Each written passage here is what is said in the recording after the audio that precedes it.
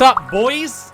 Hello. I'm the only one with Hello. Christmas colors right now. What's going on, boys? I'm the only one with Christmas colors. I don't know. It takes a lot. I have like 9 different apps to run all 9 different lights Your because wall's none like of them work on the same peach-colored. thing. That's not really There you go. Christmas. I think it's peach color because stupid stream. You My probably camera get always green. looks bad on stream. Green? Green? No, that looks blue. Green? That's pretty close to green. I'll save it at that. Yeah, as someone that's steadily collecting different standard RGB lights that go around the room, it's quite annoying. It's really problematic. Oh, well. Hey, everybody. Welcome back to The Forecast, a bi-weekly podcast about everything games, film, and news. I'm clearly Aaron Juno, which is different than Caitlin, who was here last time hosting. I'm Alex McCausland. I'm Ben Diaz. I'm Caleb Juno. I think I'm Chad McCausland. You are. Good call. And I'm Jake Fetterkyle. Don't know why those are out of order. On today's episode number 187, E3 is officially dead. More layoffs plague the games industry, this time at Hasbro. And we slowly read through every nominee and winner for the Game Awards. That will take at least an hour. Plus, A24 has made video game movie deal of the century. And of course, we've been playing games. If you'd like to know more about what we do, you can follow us on our social channels. You can check out our website at WeTheHorizon.com, where we have a ton of original content for you to browse through, including our multi-arc Starfinder adventure, The Discordant Signal, which maybe we'll get to play again this month. We'll see. Additionally, everything we talk about is in our cast notes, which is pushed out to whatever podcasting app you are using. Let's get into it. Are you guys excited? As I am, because I'm always excited. Thank you, Alec. Yeah! So excited. You know what it's time for? Time for a little video game Immaculate grid. The gig. Why is the Big grid immaculate? What makes it immaculate? I don't Just know, look that's at what it. Look I'm- at it. I mean, Think about Pretty the amount of immaculate. design time that took. I Are you mean, trying to say it's not immaculate? I don't know. It's maybe. immaculate? Yeah, there's- maybe it's Immaculate? immaculate. there's like the text in the background and everything. Yeah, a little bit of it. It's Immaculate grid. Yeah.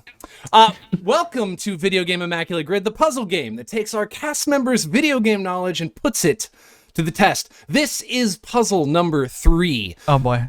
Let me quickly go over the details and rules of the game before we start, just so everyone's on the same page, which I have made some modifications to answer questions we had last time, so that's good. We're learning every time.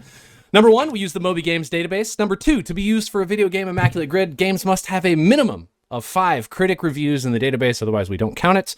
Number 3, points are based on the number of games that meet the clue requirements. 1 game equals 10 points, 2 games to 9 points, to a minimum of 1. Number 4, 3 strikes and you are out. And what I didn't put in here, but we did this last time, there are no passes, I think is the way we approach this. Is that the way we're continuing? Okay, no passing. Number 5, the most points at the end of the game wins the title of laziest employee, or whatever we decide for the week, but we're going to stick with laziest employee. Number 6, saying final answer locks in your answer to the game master. Here are the 2 new rules. Number 7, once a game is guessed, it is locked out from any other position on the grid. Just keep that in mind, don't forget. However, if a grid space only has 1 answer, it cannot be locked out. And if that answer is elsewhere on the board when the guess is made, that game is then removed from that grid tile and the points returned to the player who guessed it. So You're gonna have to explain that one. yeah. it's I'm very about to sabotage spots. basically, let's say there's a game in the top left-hand corner somebody's already guessed. That square was worth 5 points. There's multiple games that could be guessed there. But the game in the bottom right-hand corner only has 1 solution. And it just so happens that somebody has already used that solution for the top left-hand corner.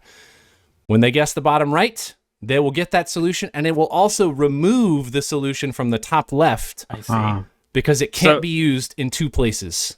So we have to account for the fact that some of the answers could be answers that have already been said. Every single week, I have had crossovers between grid squares. So this is not new.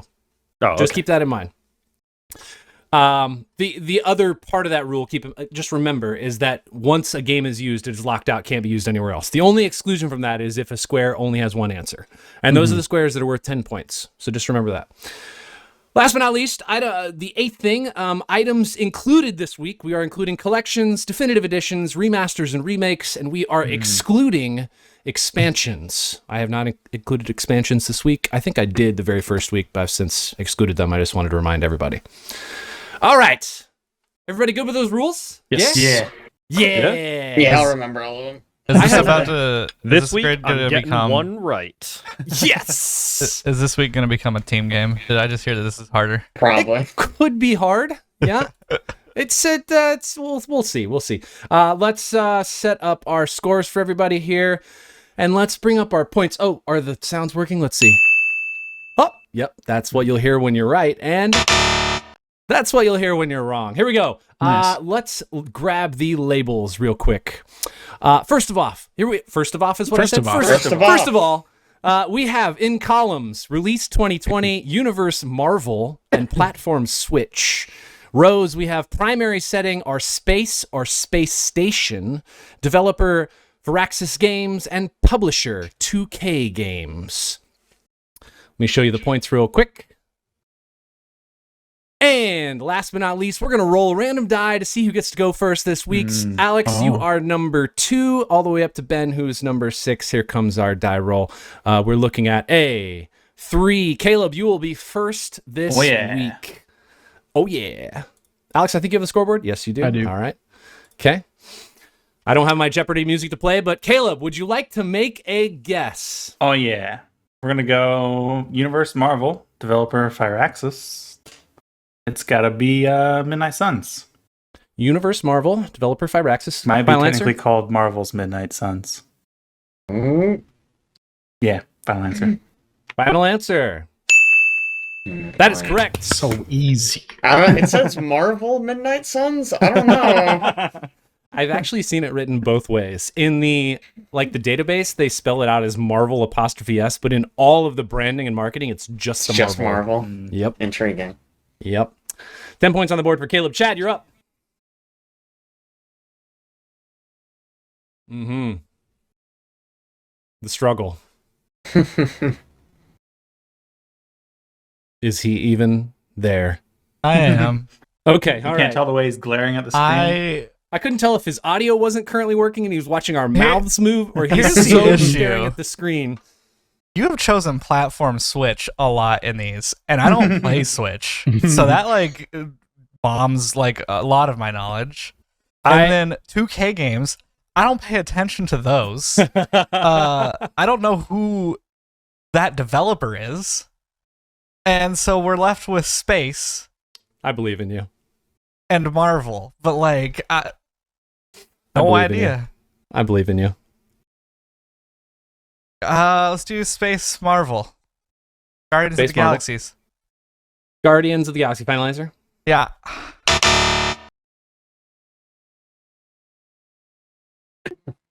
That is incorrect. Dang. Jake, you're up. Okay. I will do developer Firaxis, platform Switch, XCOM 2. Final answer.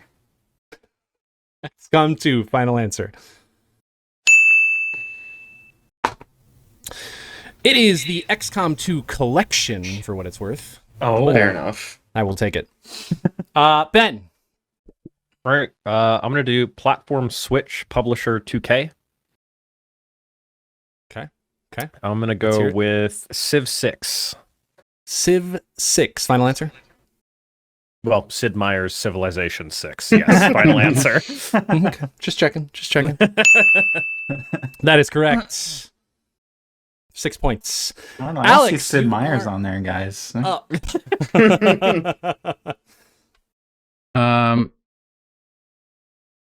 2K games released in 2020.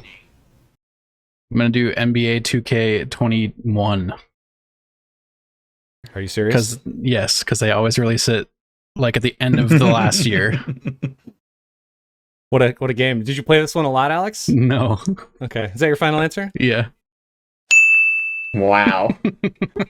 Oh. So stupid. I mean, if it works, it works, I guess. 5 points for Alex. All right. Caleb. All right, we're gonna try the last Firaxis, released 2020. Think it's XCOM Chimera Squad. Final answer. Yeah. There goes is my easy points. Correct. There's Chad. a Marvel 2K game. I think you've made that up. Mm-mm. I promise. Technically, if you look by the point value, there are 3 Marvel 2K games.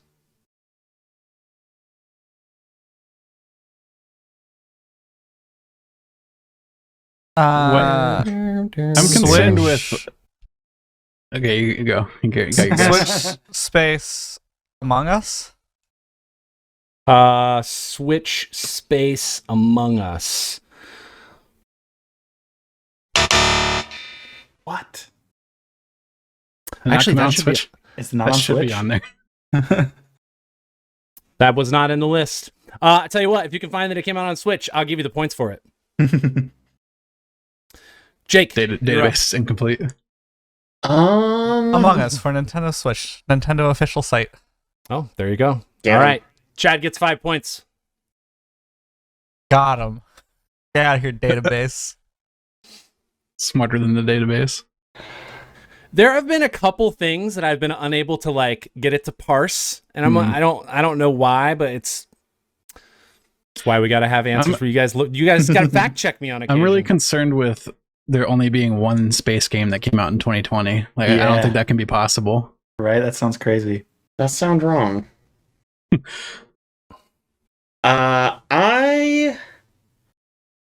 I'm gonna take a guess. I feel like I'm gonna be wrong on this though. Universe Marvel, publisher 2K Games. Did they do Marvel's Ultimate Alliance? I feel like they might have. So Marvel Final answer. Ultimate Alliance, final answer. Ah. Oh, That is incorrect. Ben.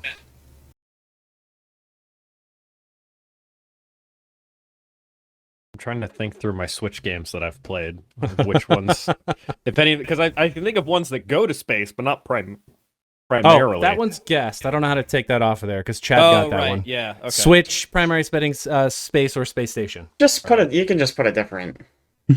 Oh yeah, I can just put one on there. Yeah, right. One that we're probably isn't anywhere else.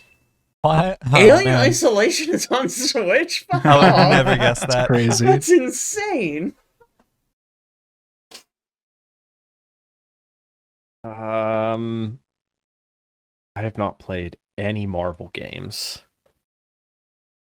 So, what are the odds? I guess the only space game released in 2020, apparently. Easy.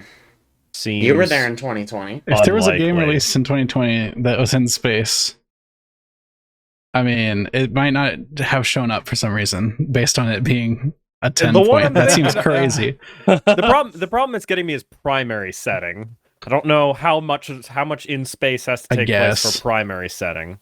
I guess, yeah. I don't know what did The games are. I will tell you the other categories for what it's worth. There are at least 3 that I can think of. One which is Earth, obviously. One is Earth's moon, and the other one is like there are other planets that are based in our solar system, but they are not included in the space or space station setting, primary setting. Like It's- Alien Planet doesn't count probably then. I don't remember if this released in 2020, but I'm gonna go ahead and say for the 2020 space/space station, I'm gonna say, did Star Wars Rogue Squadron come out that year? Final answer. Yeah, I'll say final answer. That's a pretty good guess. good guess though. It's not that good a guess. Pretty good. Alex. Yes, I will take 2K Marvel. I think it is a Lego Avengers game. Ooh. Marvel's Publisher. Lego Avengers. Final answer. Yeah. Dang. Nice try. Nice try. Nice try. On to Caleb. Somebody guessed something for Marvel Space Station, right? Chad said Guardians of the Galaxy, Okay. which was wrong somehow. I don't believe it was wrong. me see what I think the database is wrong. Let me see what it has for that game in the database. For primary setting. Where did Guardians of the Galaxy take place? I mean, it wasn't on Earth. Yeah. The only thing I can think of is if it's Hmm. differentiating between a plane, like it needs to be like in the vacuum of space. That's rather Aaron than did like say- on I think a that's what planet. it's saying. Like, Aaron Okay. did say that other planets was a separate category. Okay. Okay. you do go to some space stations in that game. I mean, it's Like, not the entire not game. like primarily. Yeah. I mean, it's just level. It's like a series of levels. Like you hit a level and it's a space station. Then you hit a level and it's like an alien planet. Then you hit a level and it's like a nebula with a bunch of rocks. I'm kind of wondering if this category, because the way this category works is they're like multiple things set underneath what's called an attribute or a game group. Mhm. So it could be that they're only applied to one thing specifically. Like that's the primary thing it is. Like maybe it's not set in the future or set in a specific city or set in, I don't know, something along those lines. It could be multiple things, right? It could be set in the 1960s, but also be set in New York. But if it's only going to put one category up there for setting, Because of then it would primary, exclude the things primary like- word. So who was the one who guessed that? Was that Chad? Guardians of Yeah. the Galaxy, yeah. I think if we can all agree, I would give him those points based on that. I think it's counts. Okay. I I would may guess. have to exclude the setting from these lists because this is the second. We ran into this with 1960s as well. Mm. So, all right. Okay. That was for Marvel primary setting space station. Got it. All right. Who's up? Who was up? Who did I say? Alex, was that you? Are you up? Yeah. No, Caleb's up. I think it's Caleb's me. up. Yeah. Man. I guess Tough. we'll try release 2020 base. And now I blanked on the name. Is that a game? I blanked on the name. Is the name of a game. I need you to confirm that's your final answer. I've lost it. I just lost it. It's gone. What? Describe it? It's the newest Alien game. Alien Isolation? Not Isolation though. Newest Alien game. It's the one that's like 3-player co-op. Fire Oh. Team? Fire Fire Squad? Team Elite. Fire Fire Team Boys? Elite. Alien Fire Team Elite, I think is right. Aliens, maybe? With an S? Aliens Fire Team Elite, yeah. All right, that's what we're going with. Aliens Fire Team Elite. Final Just answer. help the person in first place real quick. Yeah, thanks, guys. Thanks. It's not it. Didn't help him at all. I knew it was wrong. That's why I helped him. I don't- I didn't think it was right. Chad. Same category Okay. as Caleb. Fallen Order. Final answer. Fallen Order. Done. Hmm. What year is Fallen Order? I guess that's probably not And primary also, space. if it's on planet, It's on Mostly planets. on planets. Jake. I guess I'm gonna just keep plugging away at this Marvel 2K. Good luck, man. I know, I don't know what they made. Published, I guess. Did they make a fighting game? Are there any Marvel fighting games? That's there's Marvel versus Capcom, but I'm pretty sure that's Capcom. There's another one as well, right? Oh, you already said Ultimate Alliance, right? I did say Ultimate Alliance, which is not a fighting game. There is a Marvel fighting game, though. I don't know. If there is, I don't know it. I am. That's like wrong though. It's like wrong. Well, I do feel like one of the answers is Midnight Suns, so you know. Yeah, it kind of It's shot probably ourselves in the only- foot there. Only 2 left. Only a few And then left. I was also thinking, is Guardians of the Galaxy 2K? Was that 2K? I don't know. Because No, it's that also was- used That's Squeenix. already. Hmm. Mm. Okay. I feel like this is wrong. Hulk Ultimate Destruction. Oh. Marvel Universe Publisher 2K. Okay. Final answer. Final answer.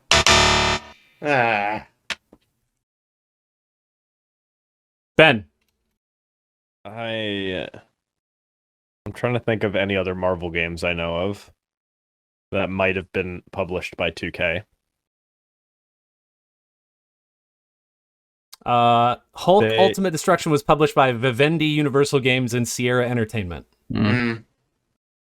Okay. They make that Iron Man game? That was supposed to be pretty good. I don't know if the game was just called Iron Man or if it had something. It probably had something else in there, but you know what? I'm just going to say Iron Man for Marvel 2K. Marvel 2K, all right. Just Iron Man, the video game. Yep, that's what I thought. Alex. Marvel 2K. Did 2K put out that Marvel's Avengers game, the one that was like a live service title? I can see that. That is my guess. Marvel's Avengers. I think that's the name of it. Final answer? Mm-hmm. Wow. That was, I think, Squeenix. Was it again?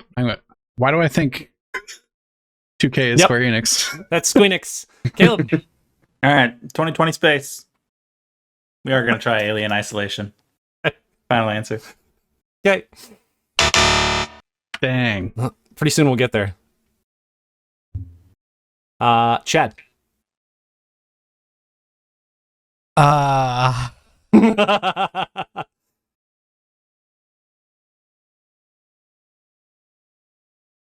Man, I don't even know what to think.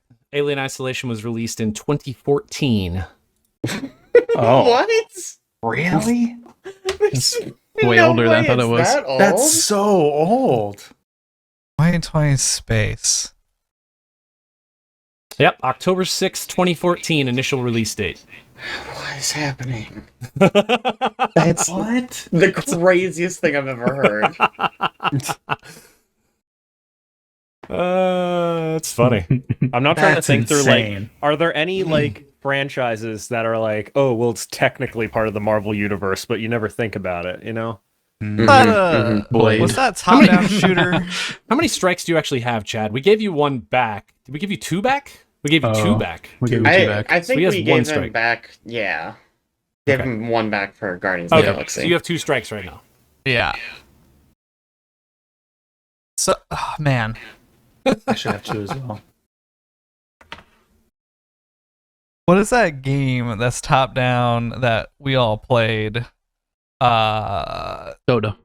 No. Got it. Final Fantasy Tactics. For which It category? was like a looter shooter. It had like incredible graphics. I know what you're talking about. Man, I just can't think of the name. As a reminder, there are hints. Ascend. The Ascent? The Ascent. Okay. You know what? I'm gonna take the hint before I actually go and guess that. Let's actually get the hint. I want the hint for Marvel 2K. Yeah. Marvel 2K. All right. So that's row 1, column 2. In one of these games, a supernatural assembly faces a darkness beyond our world.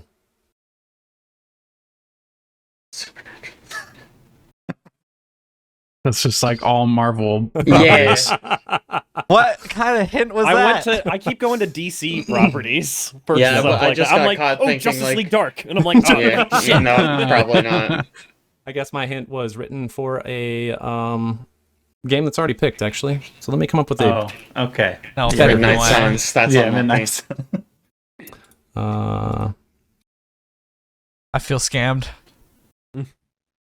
Want a refund? 1%. The 7's out, right? Ooh. We counted Guardians for Yeah. Yeah. Sounds out. Cover it up. It's fake. All right. I got a hint for you. Fake news. Yeah, here we go. We'll go with in one of these games, the hero is a friend of fire. Oh, shit. I forgot about them. that. They're Marvel, huh? Yeah. I don't feel like there's a game. I don't know. I'm gonna go with 2020 space. The Ascent. Final answer. Okay. That is incorrect. We're on to Jake. I would love a hint for 2020 space. The Ascent came out in 2021. Dang. Good guess. You're close. Which one did you want to hit for? 2020 space. 2020 space. All right. Row 3, column 1. In this game, a tale of cosmic salvage unfolds where a torch is both a means for survival and a path to uncovering lost stories.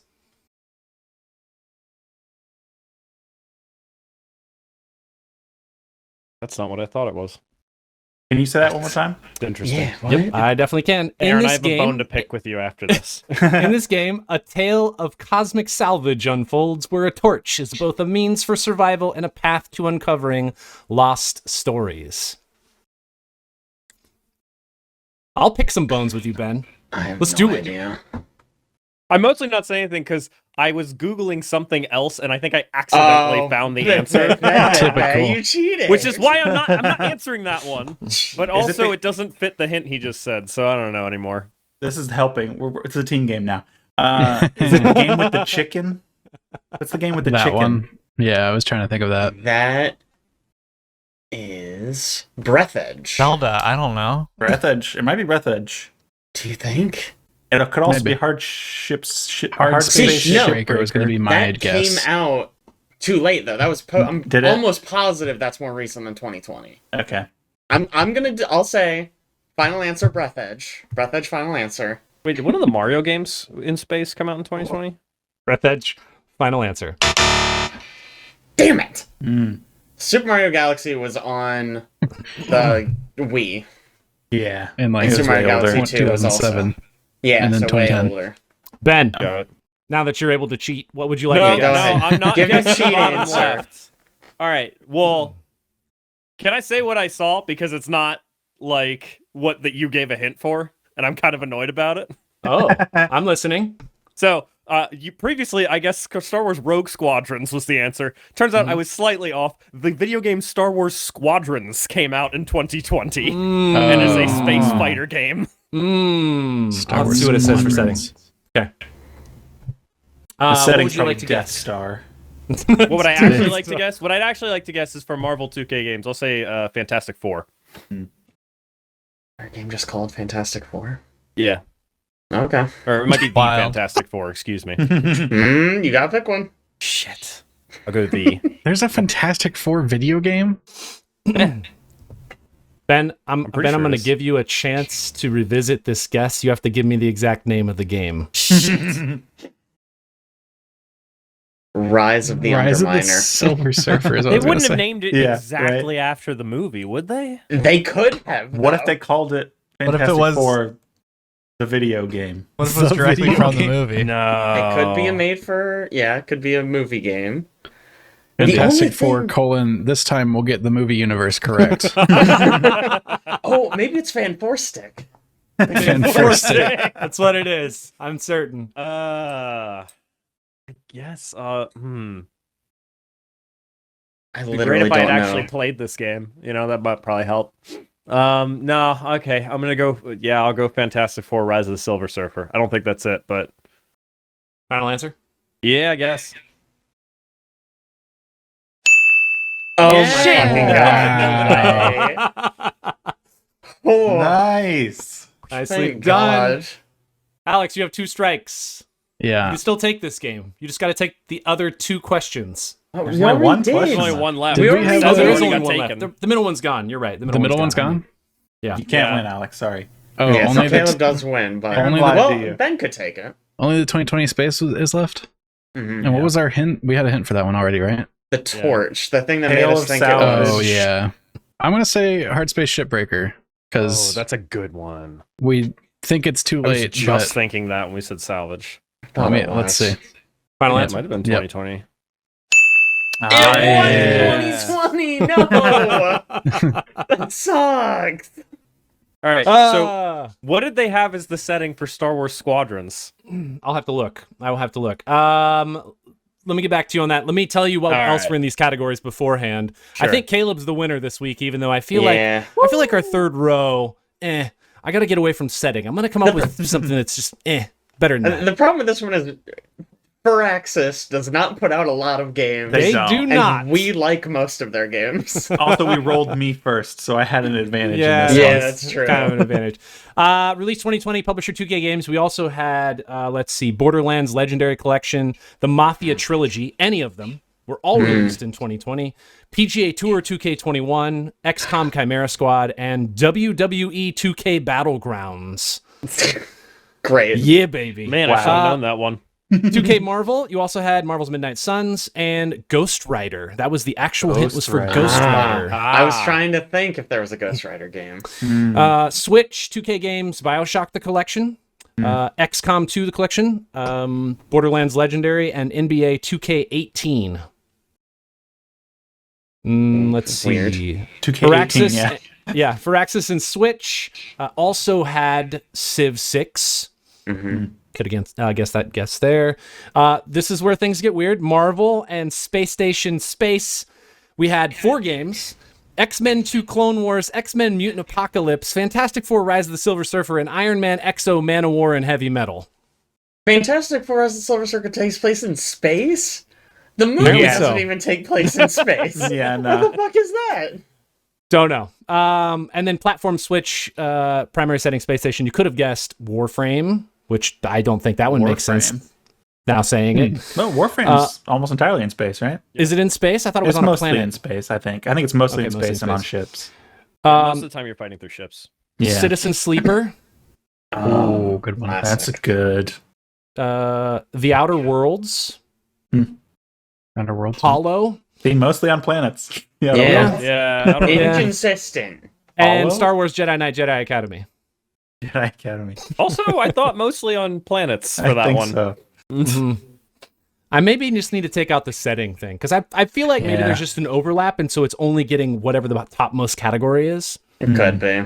because these have multiple things on them. But anyway, congratulations, Caleb, on your asterisked win Thanks. since the bottom I row feel like they've doesn't all really been count. asterisked so far. Yeah. Hey, I'm working on it. All right. Nobody has a good database. I'm not calling you out or anything. I'm just saying. Trying, guys. I'm really trying really hard. All Anyway. these games just say sci-fi / futuristic on their actual page for setting on Moby Games. All gotta of go them into that are the- listed in the bottom row there. Yeah, the ones I've looked up, like Alien Isolation. I don't Interesting. know where that attribute's coming from. Okay. I'll keep an eye out for that then to not use that one. Okay. Well, let's head back over to our regular podcast for regular tuning. Regular Hey, it's our scheduled programming. podcast. Yeah, it's a podcast. We're back. We're back, boys. Back, We're here. baby. Good Hello. job. VGig 4, slightly refined VGig 4 coming back in 2 weeks. We'll get it. I promise. We'll get there. All right, let's start off with some news in news realm. Alex, we heard some. I don't know. It depends on who you're asking. Bad news, good news, but E3. Why would it be good news? Does anybody It's care? news. Yeah. Whatever. Wow. Can you guys- tell me do with you- a straight face that you care about E3? You guys not have childhoods? What are you doing? I had 3 channels. E3 being E3 has died officially. What does that have It to do was with our childhoods? it was canceled this year, and then the other day they came out and said, actually, we're not doing it ever again. It's been kind of going that way since COVID, so Mhm. not very surprising. But yeah, I mean, in terms of childhood, I was referencing I was the best time of the summer in school. You'd get to watch all these sick new game announcements come out. It was always so hype. Old E3, seeing the first few frames of a trailer and being oh my gosh, is this what I think it is? That sort of thing. A lot of times nowadays, companies will just announce things and it's no mystery, no fanfare. It's just we posted a trailer on our YouTube because we can. Who needs to do marketing through big conferences nowadays? And it's just less exciting, and I miss some of that magic, which I think the Game Awards is kind of taking up the slack a little bit in terms of that sort of mystery and exciting announcements, and the crowd being what? I can't believe that's happening. That was not leaked, actually. That's crazy. So I am a little bit sad that it's going away, even though it's been a shadow of its former self for a while. So Mm-hmm. I'm really not sad at all, Alex. I'm sad for you. Yeah. I'm I am- surprised, but I'm just shocked they actually said it. Yeah. that they actually bothered to come out and say, yeah, we're not doing it anymore, rather than continuing to pretend it was Oh, no, definitely going to canceled happen it again. any minute now. Yeah. It's next kind year. of been over ever since like social media got big and like Sony and Microsoft figured out they could just hold their own separate events. Like before E3, like the week before E3 or whatever, they're holding press conferences, that sort of thing. So there's still going to be that time of year that like Jeff Keighley will probably do like Summer Games Fest, and there'll be some cool stuff that comes out of that. So it kind of lives on spiritually, but still sad. Do you feel like it's just been taken over by all these other game shows that happen now regularly? I mean, I think those are just trying to fill the gap that E3 lost to probably being too costly for companies to consider marketing through anymore. And yeah, just again, the idea that they can just like post a trailer on their YouTube page and it gets seen by 10 million people in 24 hours. Like the GTA 6 trailer, like that would have been some crazy end of press conference drop, 5-10 years ago. Yeah. And they announced, we're going to put a trailer out on our YouTube channel next month. Shut up about it. And then they just... I mean, didn't they do that because there was a leak, though? Mm-hmm. There was a leak forever ago, though. Like, I don't... Well, but literally the trailer itself leaked. Oh. Oh, I didn't know that. I didn't even see that, yeah. Yeah, it's why they did it a few days before they said they were going to, because it leaked online. Everyone saw it and they were like, well, might as well make it look on purpose. Yeah. But yeah, what, again, Alex? like they just are like, yep, it's posted on our YouTube channel now. And then within like the first like 3 hours, there were 6 million views on it. And it's like, that was free instead of paying for a stage and, a booth and all that stuff at a conference somewhere. Yeah. There's also just a lot more games to show off these days. Sure. Yeah. A lot of You developers. Can't show them all at one Yeah. conference. Think about the amount of games that are coming out that are purely in space or have a space setting. Oh, God. It's just So many tough. every year. Like It's way more tough. than one. How do you even keep up? Gosh. Speaking of another, I don't even know how I was going to transition. Let's just talk about Sony for a second, because they have removed Discovery content. It shows that they bought, that they licensed, are now no longer here, right? So what basically happened is Sony has sort of... HBO bought Discovery, blah, blah, blah, blah, blah. So there's like some weirdness with the rights, right? And Sony for a while was letting you buy like Discovery Channel stuff on their platform, but now they don't have the rights to it. If you bought it, you don't have it anymore. Sony's just deleting it out of your library. God damn. Gosh. So like, they're literally just taking back the thing they took your money for. Are they going to refund the money that was used to buy this? No. Oh, Not as far as I'm aware anyways. Why would they? Of course not. Why would they do that? Why would Man, the little guy need his money back? They want that money. That's Is this right. because Sony bought Bungie and then Bungie went to them and was like, hey, you can just take content back that people bought and they won't do anything about it. Oh, it could be. They'll complain a Could lot. be. Just call it vaulting. Nobody will know. Yeah, it's true. I'm going to unvault the Discovery programs in 5 years. My gosh. Amazing. So no refunds. And then just, if it's in your library, what is it, at the end of this month, they're just going to pull it, delete it, gone forever? I think it's end of this year, which I guess does mean end of this month. Yeah. Okay. That's so weird. Usually when this stuff happens, if you already own it, you can just continue to use it. Mm-mm. No. That's so bizarre. Dude, it's scary. It's stuff like this I think is really scary. Because like you think about like your Steam library. Yep. What if Steam just like Valve just decided, nah, we're done, and they just shut it down. Yeah, right. Crap. Like what? Valve has talked about this. So much money. Yeah. Apparently there's just like a signal they can send out that'll just unlock all your Steam stuff. You can just use it locally. Wow. If they do that. Yeah. Would be nice. That's cool. Because people have questioned them about this, and they're, the biggest platform on PC for games, so they and they're independent still, so they can just do that. Like, Sure. Yeah. if they were to go out of business or whatever, and there's some like, boop, there you go, Steam's unlocked. That's Wow. crazy. You know, That would be Gabe's got nuts. our back. Yeah, he does. He always has our back. Mm-hmm. Last but not least in the news section, Chad, do we want to talk about how Twitch has just been changing a little bit? Twitch is changing, guys. It's becoming basically like, pseudo porn site, campsite. So a couple of the updates that have happened recently was there was a streamer that got banned because her whole shtick was being topless on stream, but like not showing like full nipplage. You could see like cleavage, and then like one of the things that she would do was like twitch her muscles toward clap her boobs together or something. I don't know. Weird stuff. What? That made them ban her. But then they're like, all right, let's revisit this. And what they came out with their policy change was certain content now allowed with labels. Artistic nudity permitted under sexual themes label. So there's now a sexual themes label. Game nudity, contextual labels necessary. So basically, I can stream my hentai games now. So, Finally. You have a big library of those, or huge, dude. okay, that's what I thought. All right. I make sure it's on an alt account though. Yeah, So, Yeah. I wonder if the game nudity one is a result of Baldur's Gate being streamed a lot. probably something like that. What about like Cyberpunk or there's some games out there that have some nudity to it. GTA coming out probably has a lot of nudity. Probably. Body paint acceptable with appropriate label. Mature games label generally covers content, and then stream visibility impacted by content labels.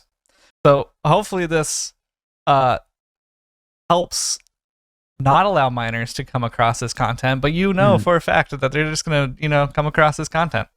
Yeah, and it's so weird for Twitch to do this because like their whole thing back a little bit ago was like, we want to make Twitch a safe place, we want to be PC, we want to be safe and have the minors not be affected by our content.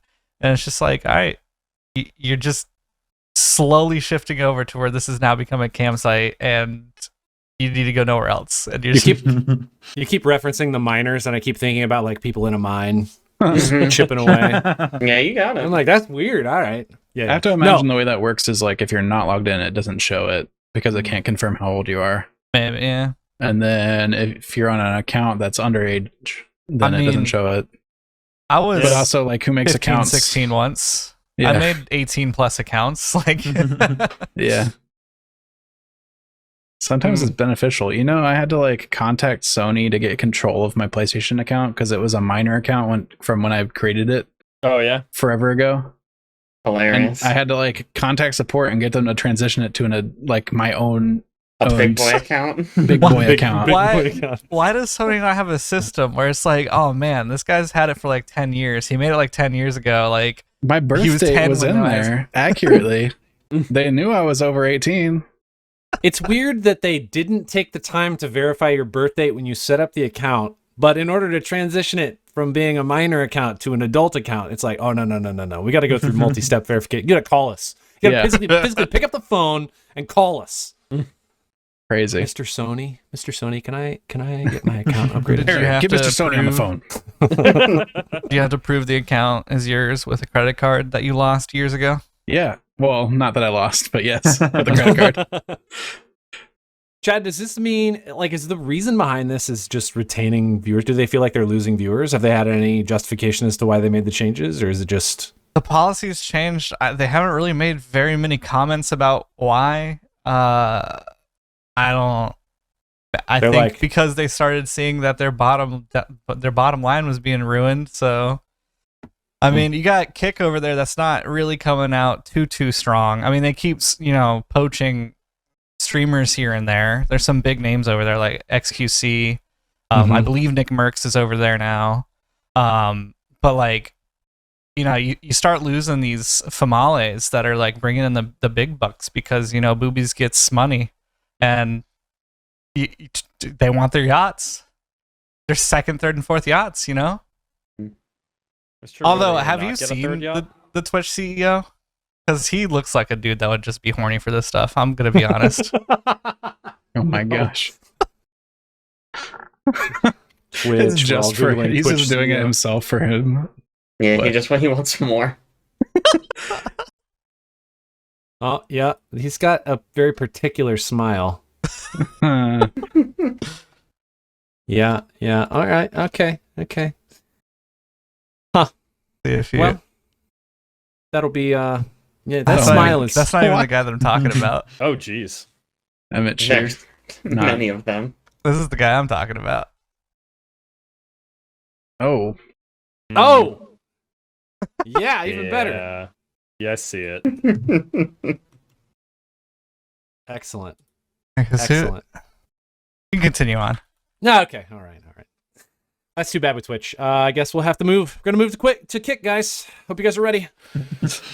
Yeah, I mean, it's gonna be a big loss for Twitch, but Mixer. let's talk about one thing of relevance in tabletop, and that is that Hasbro has announced 1,100 layoffs. That's in a lot. 2024. That is a bunch. No, I believe that is 1,100 more layoffs. Oh, sorry. More. Excuse me. Yes, more. how many employees do they have? They millions. currently have 6,400. Oh, That's quite a big Yeah. chunk then. Not Apparently they laid 6,400 is not counting earlier this year. They laid off 800. Yeah. okay. So that's a pretty substantial portion of the workforce. Mm-hmm. Did they have any justification why? Not that I've seen them make any claims, other than they basically said some generic statement about their specific statement was, while we're confident in the future of Hasbro, the current environment demands that we do more, even if these choices are some of the hardest we have to make. Yeah. That's all they said. So just Same like fuck message. them. Just like fuck them, basically. Same message every corporation says. Mhm. Yeah. It seems like the toy market has not been good for them in the last few years. I don't understand. They own D&D. And Magic. Well, Like- they also made a big Well- mistake with D&D as well Guys. recently. They tried Guys, to do you make know how money off much- D&D, and then that backfired. But I Yeah. have to assume, well, I don't know. They're coming out with a lot of like themed sets for Magic where they're partnering with like other IPs, and then they're releasing them for lots of money. I assume they're making money off of that. But also, guys, do you know how much it costs to pay for a competent C-suite member, like a CEO? That's true. It's at Mhm. least They're like so 100 million. few and far between. Actually, And I they're think so they say- important. They are Yeah. incredibly important. Huge. They and actually do important. specifically call out in this article I'm reading that apparently the current CEO of Hasbro has a $1.5 million salary, but his total earnings for 2022 amounted to $9.4 million. Yeah, just okay, cool. Yeah. What? Bro. Why aren't we profitable? I don't get it. Where's Me the either. money going? You know what they need to do? They need us to start selling the rights of all of their games to movie studios so they can just start making movies out of them. That would solve the problem. Smart. Because that's what Death Stranding has done. Ooh. Yes. So announced A24. today. I think Kojima had previously said something about doing a Death Stranding movie, but it is confirmed today that they are partnering with A24 to make a Death Stranding movie. Oh, Genuinely, nice. what even is that movie gonna be? Yeah. Walking. So It's supposedly, a Strand-like movie. Oh, It's going to spawn a whole new genre of film called Strand-like. Kojima says there are a lot of game adaptation films, quote unquote, out there. But what we are creating is not just a direct translation of the game. The intention is that our audience will not be fans of the games, but our film will be for anybody who loves cinema. Oh, So he's gonna make a good movie. yeah. That's Yeah, I great. guess that's It'll what he's be saying. well, in that case, It'll be like that Michael Fassbender Assassin's Creed movie. Man, Mm. you want to talk about top tier? Woo! Not a film direct there. translation of the game, that's for sure.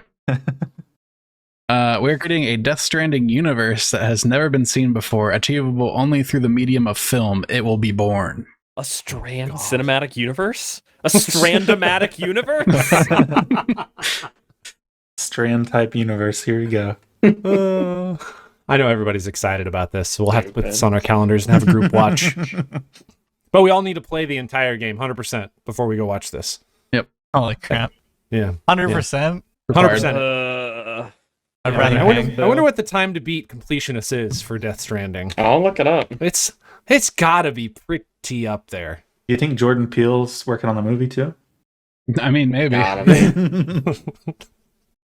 Maybe. 109 hours. Heck A yeah. Busy completionist. those days. 109 hours. I believe in us, boys. So I we're gonna don't. need you to record it all also for verification purposes. That's what the movie is. It's just Jordan Peele playing Death Stranding. Holy crap! He's only gonna get like 1/100th of the way in.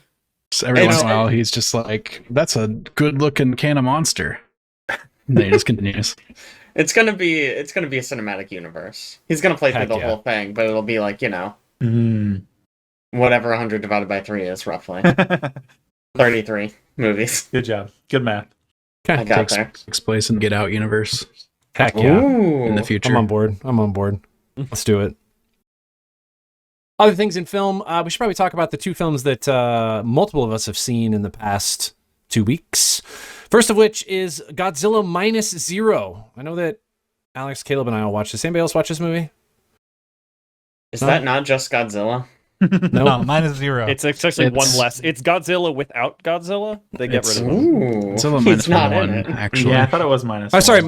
-1. I said Fucking -0. -1. Idiot. I know, -1. God, Minus get one. him out of Whoever's here. wrote it. -1. There we go. I fixed it, guys. It's fixed. Would you call you can't call this like a prequel or a sequel? It's just like happens at the same time It's a sequel. as It's Shin Godzilla, right? It doesn't even happen at the same It's time. Like not. they're specifically not. They're in just the not same- associated? connected. Yeah. It's a It's side shot. actually it's almost, from what I've read, a remake of the original 1954 Godzilla movie. Oh, really? Yeah, it's got a lot in common with that movie, apparently. I know that. It's very much a kind of post-war film Mm-hmm.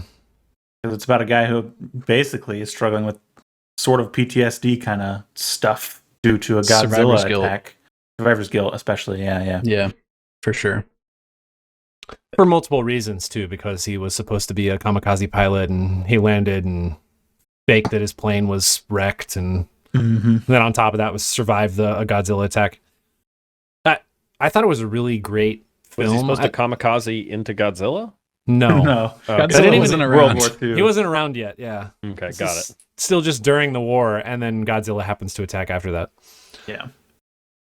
I really liked this movie. I know you said you liked Shin Godzilla better, but Mhm. I think this movie does a really good job of putting Godzilla in the light of why that idea was born out of post-war, about Japanese's fear of another, explosion happening like Hiroshima or Nagasaki, and this is just like it's such a good representation of that, and it really puts it on a very small scale story where you just look at one guy and his struggles to try and figure out how to resolve it, and the people who are removed from the government trying to deal with the situation for their city, their town, with no support.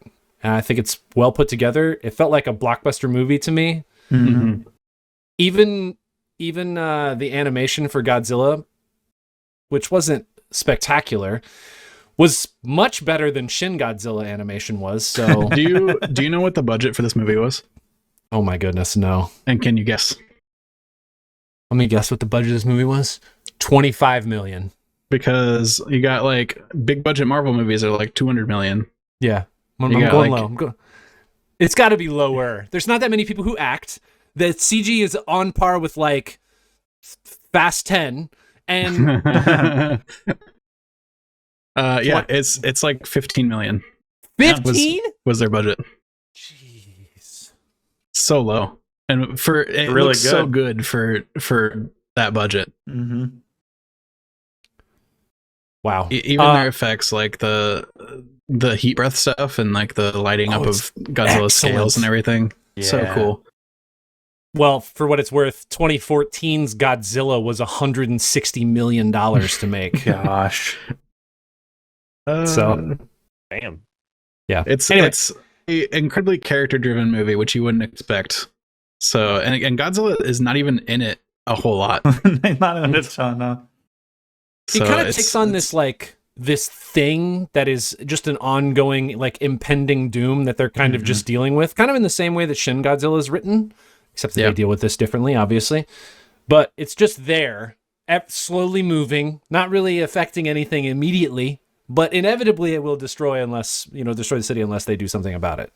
It's fun change. I mean, like you said, this is like definitely referencing the nukes. Shin Godzilla leans heavily on referencing the tsunami and earthquake that happened in Japan. Yeah. And then Shin Godzilla is like a political thriller where you learn how the politics of dealing with a kaiju attack in Japan. And then this one's like the individual character, heartfelt, like wartime trauma movie. Very cool. Very different approaches. I highly recommend both of them. They're both really good. They're very, very good.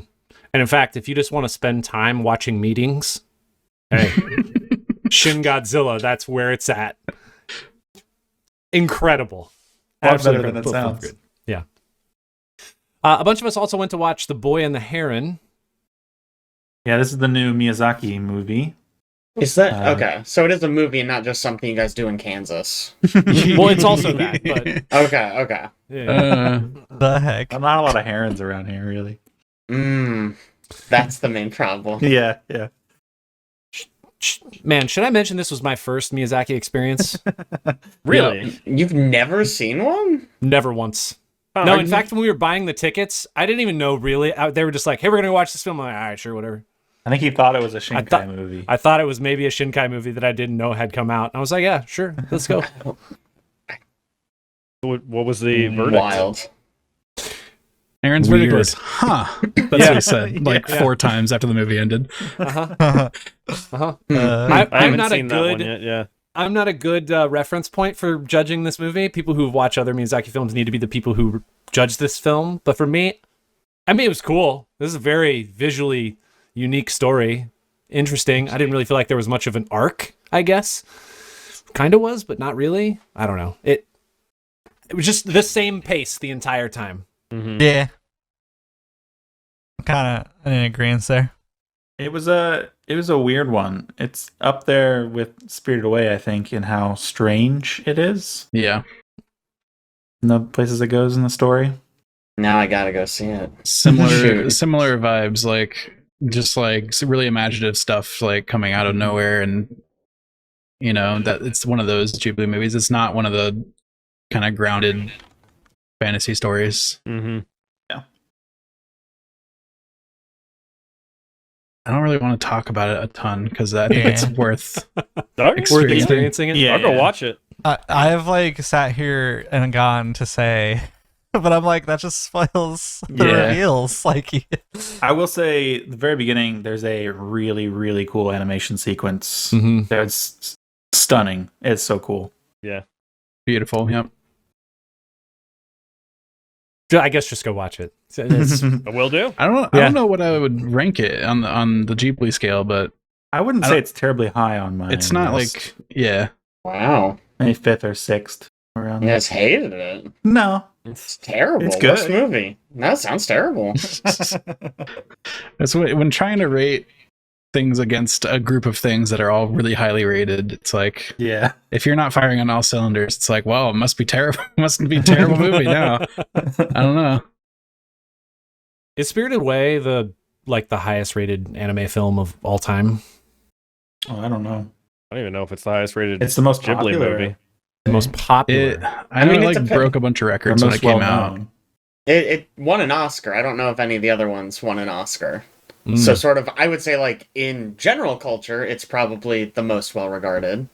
Yeah. But Got it. in sort Okay. of our circles, I feel like a lot of other Ghibli movies get more Pushed ahead. attention. Yeah, I think part of that is also that people being like, well, Spirited Away is the really popular one.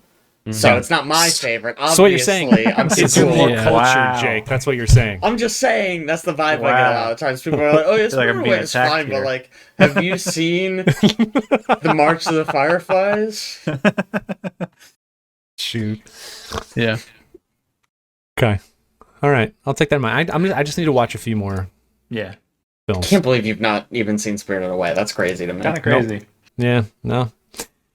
Moving on to Yes, video game world. Sorry, Ben. What were you gonna say? No, I was just gonna say. I'll be honest. I didn't like Spirited Away. Like, Oh. not just it was okay. I actually actively disliked it. That's so great. Oh, wow. So we just freed probably up won't another like the spot on the boy podcast. That's so nice.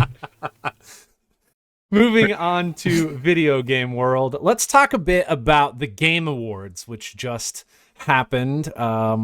We all had, I think, some predictions in mind before the actual awards were announced, when the nominees were still there.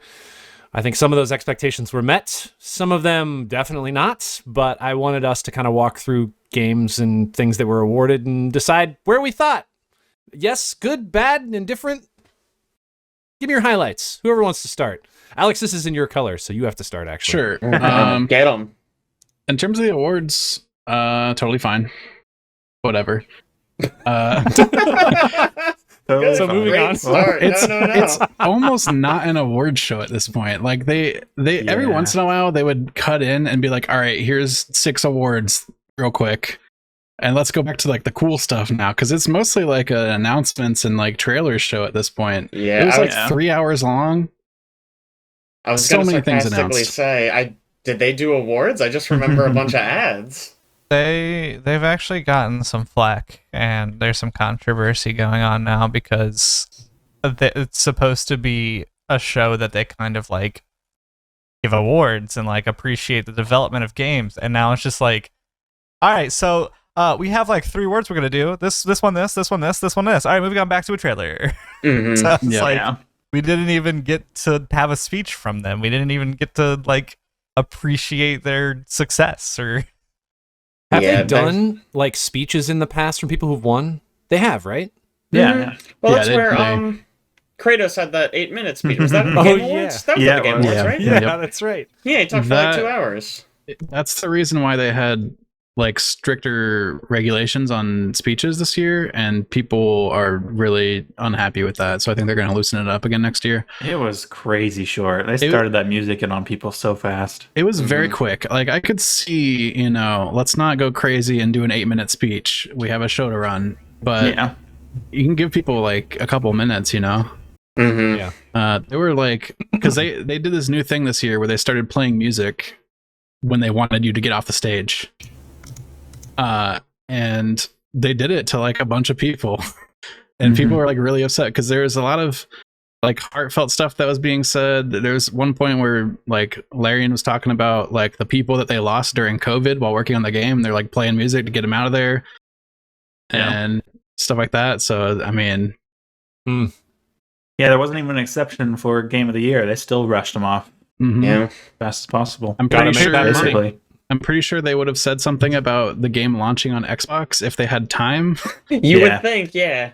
But Sven suggested that was the plan. yeah, Man. because I mean, pretty much they knew they were going to win. And the Baldur's Gate 3 launched on Xbox that night, and it was supposed to be like the surprise announcement. They didn't get a chance to say it. So It's really too bad because of the amount of time. And don't get me wrong, like Baldur's Gate, I think is an exception for the Game of the Year. I think there are some games of the year that's just the Game of the Year because nothing else came out that was great that year.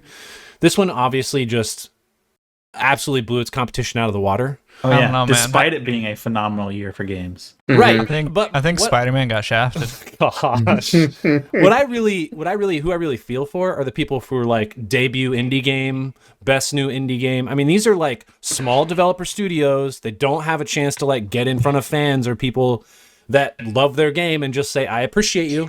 And here we are shoving them off the stage because we don't care. Yeah. We'd rather move on to a trailer that we're going to make money off of because that studio's paid us to be able to put it here. Yeah. A lot of those indies didn't even get to go on stage. Yeah, I think, did any indies get to go on stage? I I think they don't were think so. all in the... I think all of them were. Wow. Yeah, if the you're- Let's They Get were just Through like read 5. off on this side. If you really stage, look yeah. at Eagle Eye worse. View, the Game Awards show, it was trailers, celebrities, and then like it was the major awards, and that's basically it. Ugh. I don't like Yeah. that. We can't let the Game of the Year winners give a speech, but we can let Hideo Kojima show us clips from his game that he's thinking about making. He's thinking about making. Yeah. I mean, literally, what he showed was like 2 actors screaming. Yep. Yep. And he was up there for like 12 hours. Did you look in the reflection of the girl's eye? There was Like- a door closing. Oh yeah. Yeah. I get it. It was cool, but it doesn't fucking matter. It's an awards show.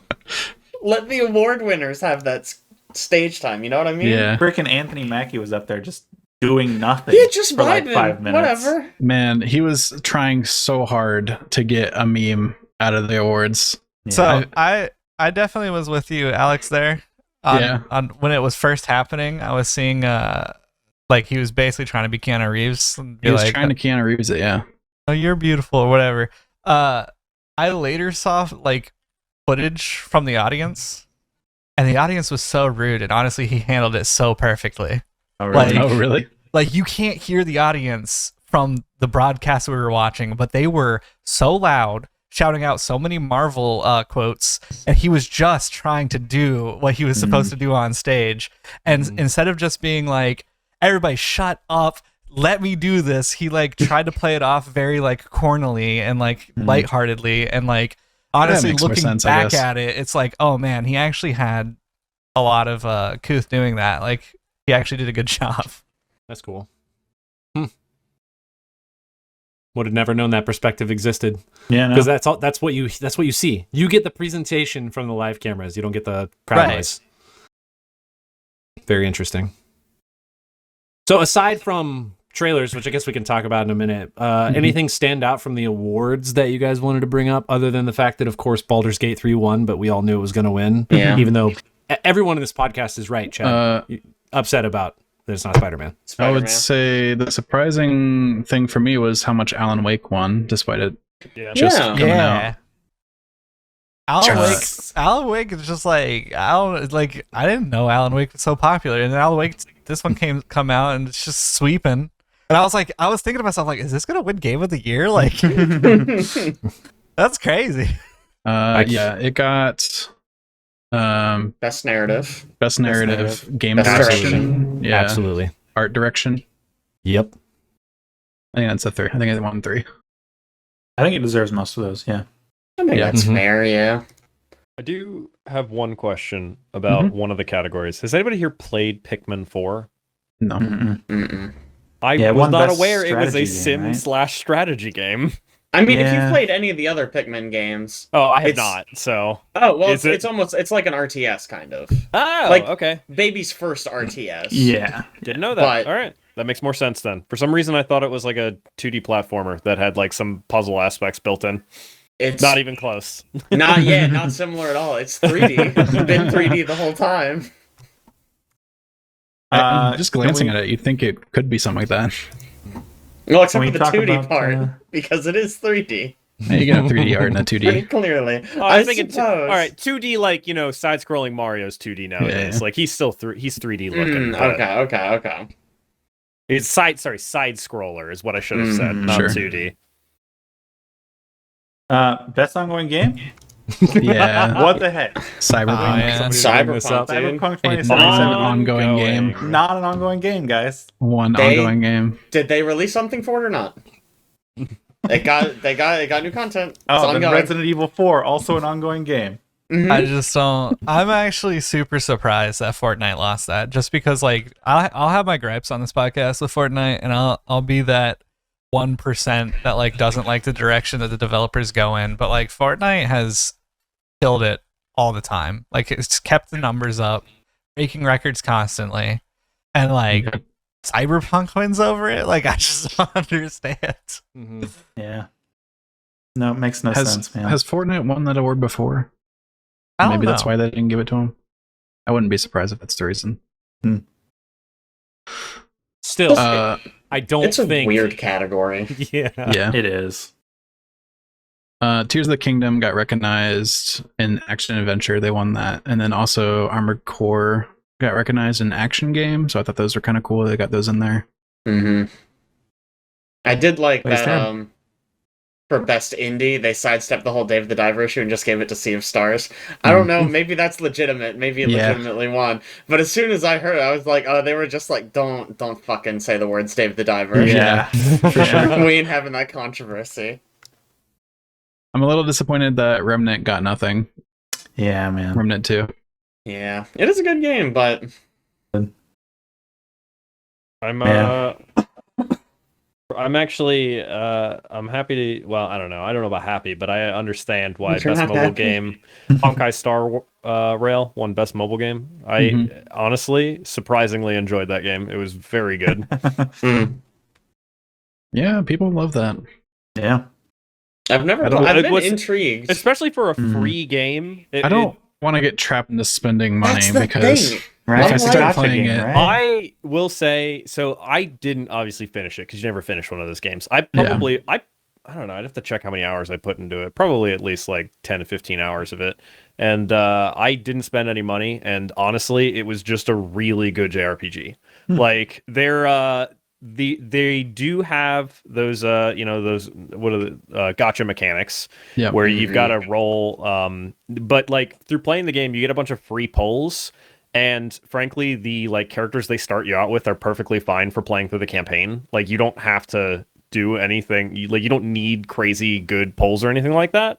And the story's actually pretty good. I like and the characters. They put a lot of the voice acting's excellent, and they put a lot of work into the characters. I just all around, it was a surprisingly good game for free. Huh.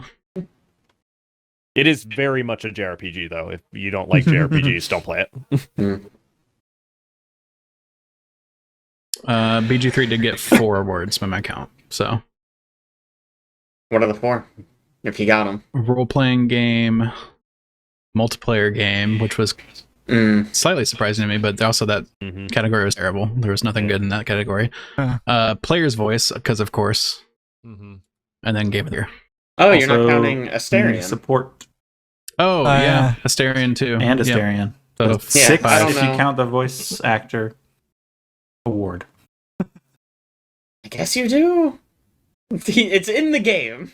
So I Yeah, feel it's like in the it game, should, but right? it's like Yeah. he gets the award for doing really good, right? Not Right, but if you want to experience what he did really well, you do it have is to in play that the game. Oh no, Gran Turismo didn't. I feel win like best without adaptation. BG3, he's not nominated. yeah. So That's true. That is true. I was honestly, surprised by the best debut indie game that Okay. Cocoon won it over Dredge. That was surprising. Yeah. I mean, both are great. I Both are personally, great. I love Dredge. And it was nice to see Cocoon, because I feel like Cocoon is more unknown. Like, Dredge kind of got its moment in the spotlight. That's fair. Yeah. And so Cocoon was a little. giving it to Cocoon is nice, because I feel like a lot of people don't know what the fuck Cocoon is. Mm-hmm. I don't. I have to go look it up. It's really good. It's on Game Pass. It's like 3-ish hours long. Nice. What about, I know we've spent some time talking about games here. Obviously, we been recently, or just touched on the best game adaptation, which I think deservedly goes to The Last of Us, but that's me. No, yeah, I've heard good things. It feels like a category that was invented to give The Last of Us an award. Right? Yeah. They've had that category for the Arcane one. Arcane one. Yeah. No, fine. Again, fine. deservedly so. But Yeah. if you look in that category, I think there may be like 2 other shows that are even close in terms of quality. It's almost like the best fighter category where you just automatically know who's going to win. Street Fighter. Street Fighter? Always. Yeah. What they combined sports with? Was it sports fighting? Sports racing. Sports and racing is Sports Sports and and racing. racing. Yeah. is what a racing good not a choice. sport?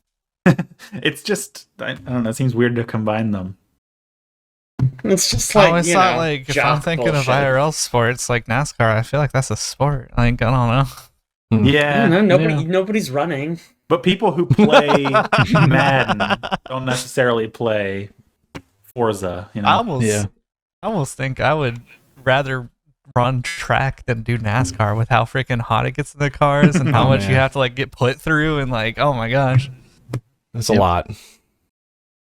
Anything outside of the awards we wanted to mention in terms of like trailers or things that popped up that you guys thought were interesting? I know we mentioned Jordan Peele's game that he's working on. Screaming, OD. lots of screaming. The Scream simulator. Yeah. It's just Anything called else OD. that popped up for you guys? I'm so happy to see Dredge and Dave the Diver getting a crossover. Yeah. This year had 2 great games about fishing, and they decided to combine forces. That's amazing. I love that. So good. That's funny. I'm really excited. Arcane announced a new game, Oh yeah! a Blade game. I love that they have decided vampires are their new thing. Yeah. Right? They They're did like- Redfall and they're like, that didn't work. Another vampire game, guys. We gotta have a good vampire game. Okay, I I mean, to be was fair, excited. this is the other. It is Arcane the other, Studio. It is, yeah. but I laughed out loud when they showed Blade. So I was funny. like, no fucking way they're doing vampires again. That's awesome. I feel like Blade could lend itself well to their style of gameplay. So Let's hope, right? Yeah, I think so. Let's hope he Mhm. doesn't just like chase somebody around a table and never able to get to them. Which Arcane is making this one? Just so I'm aware. Leon And that's the one that Leon's made Deathloop, right? Deathloop. and Okay. In the And- first Dishonored. Dishonored. And So- Prey. They Prey. made Prey. Ooh, I'm not actually. Mm, I I'm don't not know actually if sure they thought they made that Prey was now. I think the- they didn't. Yeah, I think that's wrong. I think Prey Team I'm made. gonna Google Arcane Leon and we'll Yeah. see. I don't know how to spell Leon. There is no E. I was right the first time. Google tells me they're closed. They only open at 10 a.m. Oh, That's no. so Very weird. helpful. Really important to know. Thanks, Google. Appreciate it.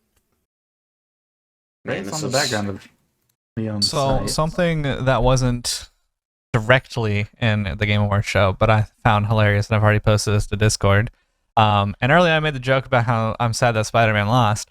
I happened across Spider-Man TikTok and have been scrolling through various content creators that are very upset that Spider-Man quote unquote got robbed. And BG3 is a point and click adventure game, and how did it win? It's so boring and slow. Also, various amounts of them, large portion of them actually, say I didn't even know what Baldur's Gate 3 is. Nobody knows what Baldur's Gate 3 is, which just kind of puts the joke back onto themselves. On Let like, me put my head under a rock here for a minute. Yeah. I played Spider-Man for a little while. you're explaining how small your gaming library is by saying you don't know what BG3 is. So they play Yeah. Spider-Man and Call of Duty probably, and that's it. I don't know. PlayStation fanboys, they're comical. Mm-hmm. Pony Island 2 got announced. I thought that looks really Oh, yeah. interesting. Oh yeah. Crazy to me that I did not expect to see a Pony Island 2. That's the same dev as Inscription.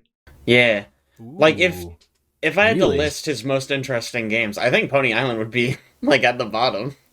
Like I it don't was know. good, it was What was cool, that one? but like Hex. I guess I didn't really play Hex. I guess just to me, if you're gonna make a sequel to one of his games, Inscription's right there. Yeah. You know what I mean? Like Yeah. Inscription was fucking awesome, and Pony Island was just kind of like it's neat. I I kind of like want to Pony play Island. it again now, but This does look super crazy though. Like they've learned a lot from Inscription. I I mean, don't know. I'm really excited. He always makes something interesting, at least. So, That was the one that just ProZD's in. which Is one? it? Pony I think that Island? was- Wasn't it? What? I'm pretty sure. I.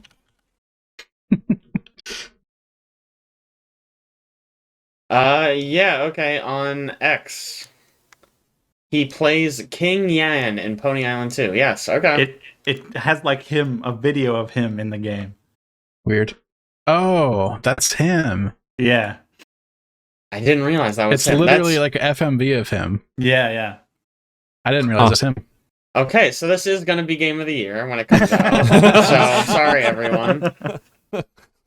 Another surprise announcement. Do you guys remember World of Goo from like 15 years ago? Yeah. Holy crap. Yeah, the second one. For sure. They're making World of Goo 2. Because everybody wants it. We've all been clamoring. Yeah, World of Lauren Goo did 2. a surprise announcement at the Game Awards. It's so funny. Has anybody out of curiosity played that? Because they announced that the DLC for God of War Ragnarok. They did another has surprise anybody- announcement. Yeah, has anybody played that yet? It came out 2 days ago. I've been playing a little bit of it. Of course, It yeah, is, it's a roguelike. Exactly. Exactly. How is it? It's pretty good, and it's got a lot of story in it. Actually, they spaced it out pretty well. Man. I feel like if I had played the earlier games, I would get a lot more out of it. Oh no. Oh. Well, just I go never play played the the old old ones. games. They're You can play them all. Wow, I'm excited. They are pretty good if you just They've want to go play the older aged, games. aged gracefully. You'll love them. Have you seen the speed runs of the older games? Man. Something. Jake, you've seen it, right? What? Sorry, what? The speed run of God of War 1 through 3? Oh, I haven't seen like a full of all of them. Well, each one individually. I think Okay, they try yeah, to do them. I've watched a lot of God of War speedruns. They're so fun. Yeah. Hey, don't forget. Oh, sorry. I was gonna say that the God of War announcement was really cool because it was like, this is coming out in 5 days. Also, it's free, and nobody knew about it before. Mhm. Yeah. That's such a fun announcement. Yep. Oh man. Skull and Bones is coming. Yeah, that's hilarious. Is it? Yeah. Hey, Man, I delayed it. literally Yeah. saw a commercial for it on YouTube yesterday. It's Man. happening. Is it? I don't think it is. I think it's a fake game. To go along with the surprise drops, they also surprise dropped the Final Fantasy 16 DLC Oh yeah. out that night. And also surprise dropped the finals, which pretty much anybody who was interested in the finals knew that was happening. Heck You yeah. know, you say that, but you don't understand the amount of people in the sweat cord that just they're baffled that they dropped it at that time. Really? Yeah. Like, this is such a weird time to drop it. I'm like, bro, it's marketing. It's everyone's Everyone's you're just watching proving us. you're doing what Spider-Man fanboys are doing. You're proving that you just aren't connected to gaming. Mm-hmm. There was a game that looks really interesting for a 24-hour stream game called Big Walk. I know. That's all it was Good called. name. Good name, man. Very interesting looking. The Ori devs have their trailer for their new game, No Rest for the Wicked. That looks so sick. Not a 2D side scroller this time, more of a top-down action game situation. Yeah. Okay. I'm kinda interested. Oh, sorry. Go ahead. I was gonna move on to the next one. So go ahead. Oh, so was I. I was going to say I'm pretty interested in the Exodus game that's coming from X-BioWare devs. Yeah. That one looks pretty cool. Looks neat. I didn't know the lineage there, so that's cool. Mm-hmm. It's it definitely, if you rewatch that trailer thinking about that, it definitely gives off some Mass Effect vibes. For sure. Huh. Awesome. Hello Games, the guys behind No Man's Sky, announced maybe a more ambitious Oh game. man, I No saw Man's the Sky? announcement. It At looks least so. they tried to make it sound more ambitious. Which one's this? It's called Light No Fire. Yeah. Oh yeah. It's Why you gotta don't follow that up Hey! like that? No Man's Sky was successful ultimately. Eventually, yeah. Jeff Keighley's like, what do you got coming for the next decade after you've fixed No Man's Sky over the last decade? And he was like, a more ambitious product. I was like, Yeah. what? That's crazy, dude. And he's like, we only got 12 people working on it right now. And it's like, what are you talking about? And then he said, the first true open world game. And like, Of course he did. dang, kick everybody else in the mouth. Yeah. Just, Including your own previous game. gosh, Jeez. that your 12-person team is going to make. Goodness gracious. What other cool stuff was announced? Oh, I have the breakdown of Arcane. Yep. So Dishonored 1 was made by everyone. Everyone worked on that one. Everyone. Everyone together. Okay. Then Dishonored 2 and Deathloop were both Lyon. Prey and Redfall were Austin. Okay. So They just Lyon is like quote unquote the good one. yeah. Yeah. Although Prey Put 'em did back kick together. ass. Prey I would was say pretty Prey's good. A lot better than Dishonored 2, actually. Yeah. Yeah, well, the Really? issue is Okay. nobody fucking bought Prey, which Yeah. is the tragedy of that. Yeah. No matter how much better Prey was than Dishonored 2, I think Redfall does a lot more Oh man. Yes. to scar A the lot more reputation. damage. Absolutely. Yes. Yikes. So- I was just leaving that one out because we know. Everyone Yeah. knows. Gosh. Honestly, just strike it. Strike it. We Yeah. don't even need to talk about it. Remove it from history, please. Yikes. New trailer for the Fallout show was shown. Yep. Looks pretty Actually, good. it looks like it could be pretty good. Mm-hmm. I like their special effects that they showed. Mhm. Yeah. Mm-hmm. There's a sequel to Case of the Golden Idol coming out Oh at some point. They announced Can't that. believe that's also coming. Yeah. Like I really liked Case of the Golden Idol, but it did not feel like a sequel-y kind of game. No, A it didn't. sequel announced at the Game Awards Yeah. of all especially. places. Yeah. And then the GTFO devs came out and talked about how they're doing the final chapter, which is like their last big content update for GTFO. And then they're also moving on to a new game called Den of Wolves, which is going to be a new co-op thing, like a sci-fi GTFO heist situation. So kind of excited about that. And also to see how GTFO comes together. If they're just I wonder if they're just gonna like open up the game to where all of the levels they've ever done are available after they're like done with. That'd be cool, and you get to with choose which rundown to do. Yeah, That'd be cool, actually. And then there's like a leaderboard or something. See, you know, you got people doing it faster, least amount of deaths. Man, I really hope this game is in the same universe as Gerard Butler and 50 Cent's Den of Thieves. Did you have to Google for that joke? Like, no. You want to guest this movie? Appearance of those guys? Oh, in this game? abso-freaking-lutely, yes. Oh my gosh, I have not seen that movie. Oh, your dad would love it. Of course, absolutely love it. I mean, it's G Butler. I mean, he of course. Yeah. And 50 Cent, man. I mean, come on. Does my it boy get G better? Bud over there. Gerard Butler action movie is my dad's favorite genre of film. Yeah, 100%. There just needs to be like he needs to have a shelf of just Gerard Butler action films just right there. Just pull them out. Like 90% of G-But's movies are G-Butt. like G-Butt. freaking presidents died or presidents under attack or like America needs saving or, you know, something like that. He's going more into disaster movies too. Okay. In recent years. That's right. Wasn't he like the Greenland guy? Greenland. Also Geostorm.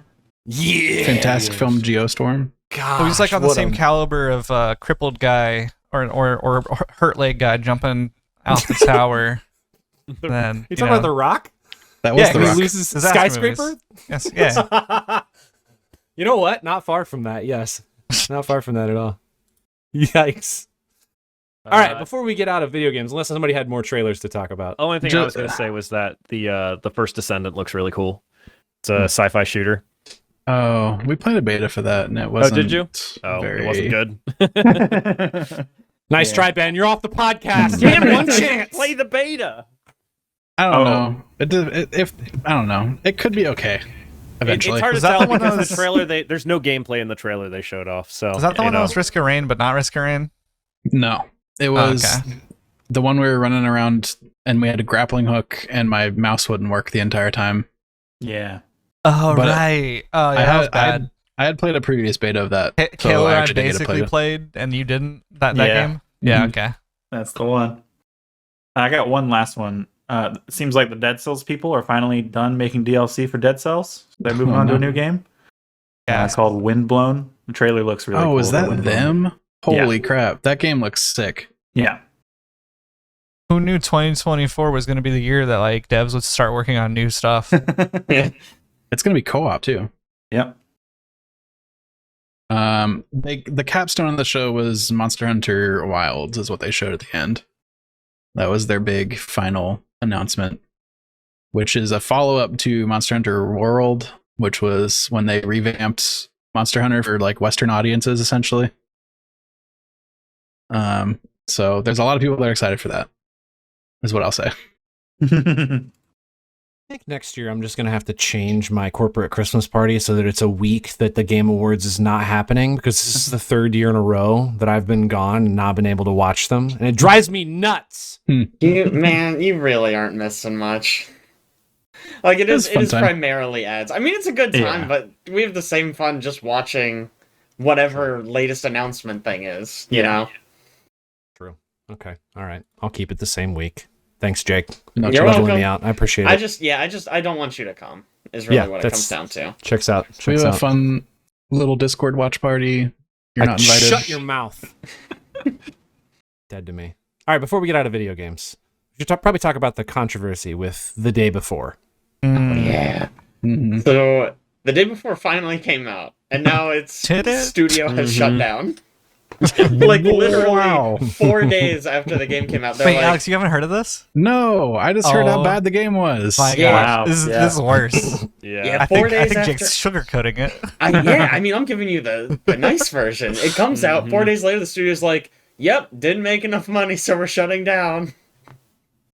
And like that's it. They're like, "Yeah, it wasn't Excuse me? successful enough." And it's like, guys, it's been 4 days. What do you mean? That happened to that. What was that game that Aaron played? The Lamplighters League. Lamplighter's League. That happened. The same yeah. thing happened to them. Yeah, Well, they but announced this- They announced they were shutting down before Lamplighters League even came out. They were like, "Oh, it's a critical failure." They I haven't thought it even was launched the the week game yet. of. Okay, That was hyenas. here's the bad thing about Day Before though. Day Before it came out, and like when well, not even released. Let's talk about when they advertised their first ever advertisement. It was like groundbreaking. Like it was gonna be the only MMO you're ever gonna play again, pretty much. Like is something super cool. It's gonna be better than the Division, better than DayZ. Like it's gonna be like the best thing. It was like just out of left field, just like super over the top. The first actual trailer that we got years later, it just looked like an asset steal from the Division. Like it just straight up looked like they didn't do any work. It was absolutely horrendous. Whatever Kickstart, whatever crowdfunding, like they were just stealing from the people, right? So when the day before they released the game, they came out with a statement.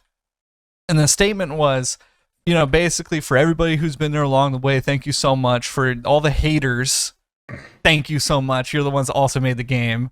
Basically came out with this huge thing about how their game is going to be a huge slam dunk success. Like this thing's real, and like nobody could tell them otherwise. And you just got to wait and see. Imagine the Final Mouse marketing this game. Like that's what it was. The game came out. It was a complete failure. Tons of people bought the game and they started doing reviews on it, and it was like in shambles. Like it was not designed well at all. It was bad. And then 4 days later they came out and said, "Yeah, we're closing down the studio. The game's just a failure. We're not issuing refunds." And so Steam was like, "Wait a second, we're issuing refunds." And so honestly, like the investors are the ones that got the short end of the stick here, but like I think 90% of the people who bought the game have already refunded it. Like it's crazy. This whole thing's crazy. Last time I heard about that was before Steam had come out and said whether they would or would not issue refunds. Right. So good to know that they did. Okay, let's move on to Whoop-bipple. You gotta do it how Caitlin did it though. How'd she do it? Whoop-bipple? All right, so like who's first? It's group. WHYBPL. You prompt every single person. I can do that. I like that. No, I'm gonna say that for her. I don't want to do that. She's back. Yeah, next you time need- she's back you on need the your podcast. own. You're right. Yeah, I don't want to take that from her. But let's start out with our group. Several of us now at this point have played Alan Wake 2, and I have been so excited to talk about this game. I'm so glad that no one talked about it last podcast. We saved Here it we for you, are. buddy. Caleb, Jake, have you finished it at this point? I am not even close. Oh no! I know. Oh no! It's okay. I'll step away for a little bit so you guys can have, if you want to do a little spoilery talk. We'll talk about some things, and then we can get to spoilery, and I'll tell you to step away. How about that? Fair enough. We That works. probably That's just perfect. don't do spoilers because other people are going to actually, on this that's fine. podcast are That's going to fine. play it all. Honestly, I was about to thinking about playing it too. Yeah. Alex, if you play this game and you do not stream it so that I can watch you play this game, I will be very upset because there's no freaking way you don't pee your pants. I think Oh, the no. way to play this I game take is it back. streaming It's a it. scary game. I'm not playing. It's a scary game. It's a Well, little I'm out. spooky. it's not like a scary game. No, like, I'm it's not. not. It's scary for Ben. It's psychological horror. Let me put it this way, Aaron. We talked about this last podcast. Alex is better at playing scary games than I am. Okay, don't play this game. Do not play this game. That would be bad. If Baldur's Gate did not come out this year, this would be my game of the year. Yeah. It was, I don't know if you saw Jacob Geller's Game of the Year. Yep. It He is- didn't play Baldur's Gate 3. Yeah, he did So, specify like, it makes Asterisks. sense. Yeah. Guys, this is the sequel to a game that no one cared about, that no one asked for. Hey, that it had a cult following. Sure. Which was Sure. fitting A for the small game's percentage of people story. cared about this game. And what they have done is take a game and just elevate it to the next level of something that you did not expect and are blown away by. There are so many things about this game that are well done. The lighting is incredible. The soundtrack is amazing. The gameplay, while it is very much so Alan Wake, also for some reason feels better, feels almost Control-esque. I mean, it's hard not to feel better than the first Alan Wake. I was gonna say, as someone who played Alan Wake in the last like 3 years, maybe, I don't know when exactly I played it, but recently, Sure. This feels so much fucking better. Oh my god, My Alan judgment Wake is 1 was purely so rough. from when I played Alan Wake, so that makes sense. Sure. Right. Also, I will stand by this. You'll notice at the very beginning of the game when you start playing, FMV is a major component of this game. And it is the best implementation of FMV ever done in a game, period. And I Because hope you've that played other all the games, FMV games. And you know. I have played multiple.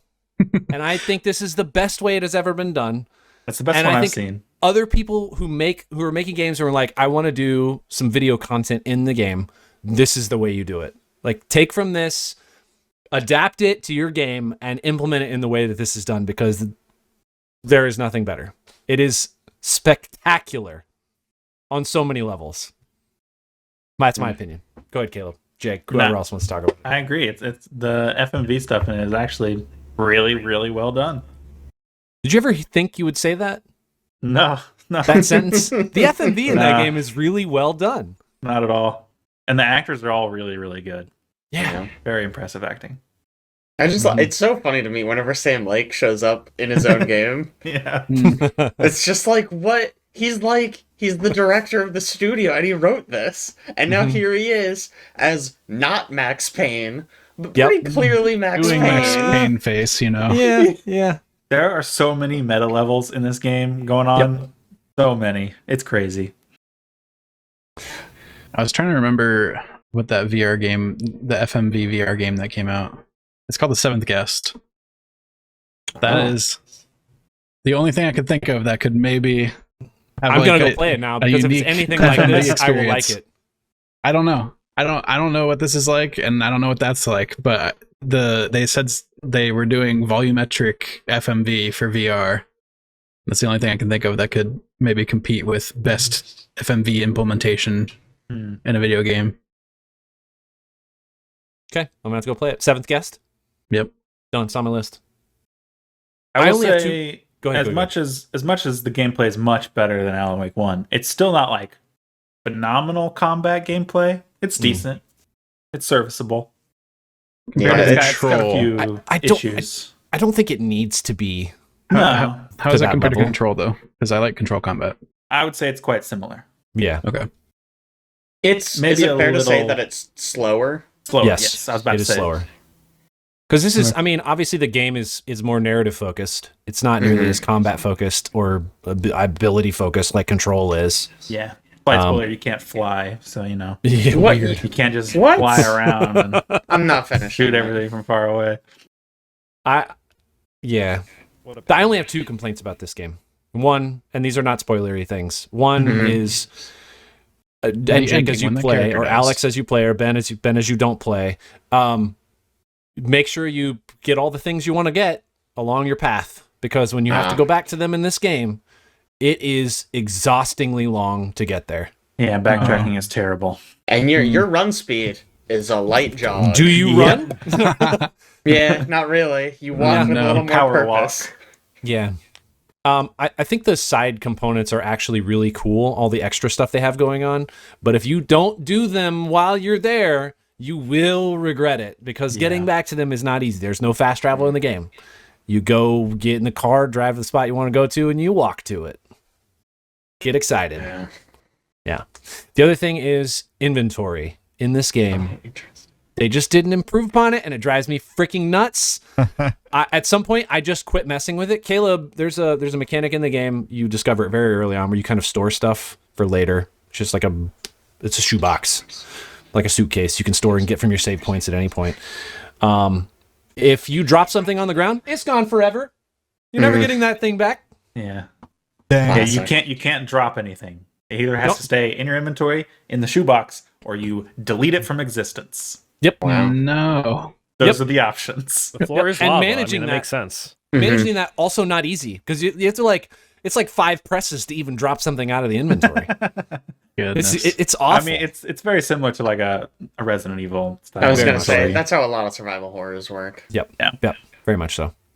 I am surprised. I thought one of your complaints, Caleb and I spoke about this because I had to ask him what to do at one point. I was investigating a murder, right? And I find a note that says like, "Oh, there was something on the victim's body that you didn't see," and I go, "Oh shit, I got to go back to the victim's body and find it." So I run all the way back up there. I'm like, "Okay, get it," and she's like, "I don't know what to do. I don't know what we're doing here." And so I like walked around the whole map again, quit the game. Later was hanging out with Kim. I was like, "What the fuck do I do?" And he's like, "You gotta go to your mind place and put the note on the board so that way your character understands what the note says." Yeah. You're right. I take it back. I have 3 complaints about this game. The mind place it's weird because you can't intuitively go do the thing your character's talking about doing without non-intuitively going in and being like, I'm gonna profile this character, and then you think for 3 seconds and you're like, ding ding, light bulb. All right, I know what to do now. No. It is a cool mechanic, but I don't know why it has to gate progress. Yes. If I already know where to go and what to do. Yeah. What's weird is it doesn't always. No, honestly, it rarely does. At least in my experience, that's it a better way rarely to put does. it. It rarely gates when you it because does, really frustrating. sometimes you can go back into it and she'll be like, "Oh, I've actually solved some of these things," and it'll like put some things on the board because you've moved beyond whatever that component was. Oh, interesting. But I know Weird. I'm pretty sure I know the exact point at which you're talking about where it's like I don't even know what to do. Early. And I was just like, I thought this was where to go, and nothing's happening. I don't know what to do. I'm gonna tell you right now, presses. we're gonna come back after you've played this game, and I'm gonna tell you the exact point at which you're gonna fall in love with this game. It's the same place that Caleb and I both fell in love with. There's like a 4th chapter. You'll get to it, and just remember this conversation. So when you come back, you'll be like, you know what, Aaron? You know the point at which I love this game? It was this chapter. It was this point in this game, and I'm calling it right now. I bet you're right. I have always really wanted to like Remedy games. The concepts and ideas they play with, I think, are really interesting, but none of them have like nailed it for me. This is So the best I really hope they've this is ever the done. one. Great. Control That's good. was For really sure. good. I liked Control a lot. This beats that, hands down. Yeah. Let's go. Yeah. So everybody go play it, except for Ben. Ben, don't play this game. Watch Alex play this game. It'll work. We'll do. That will be funny.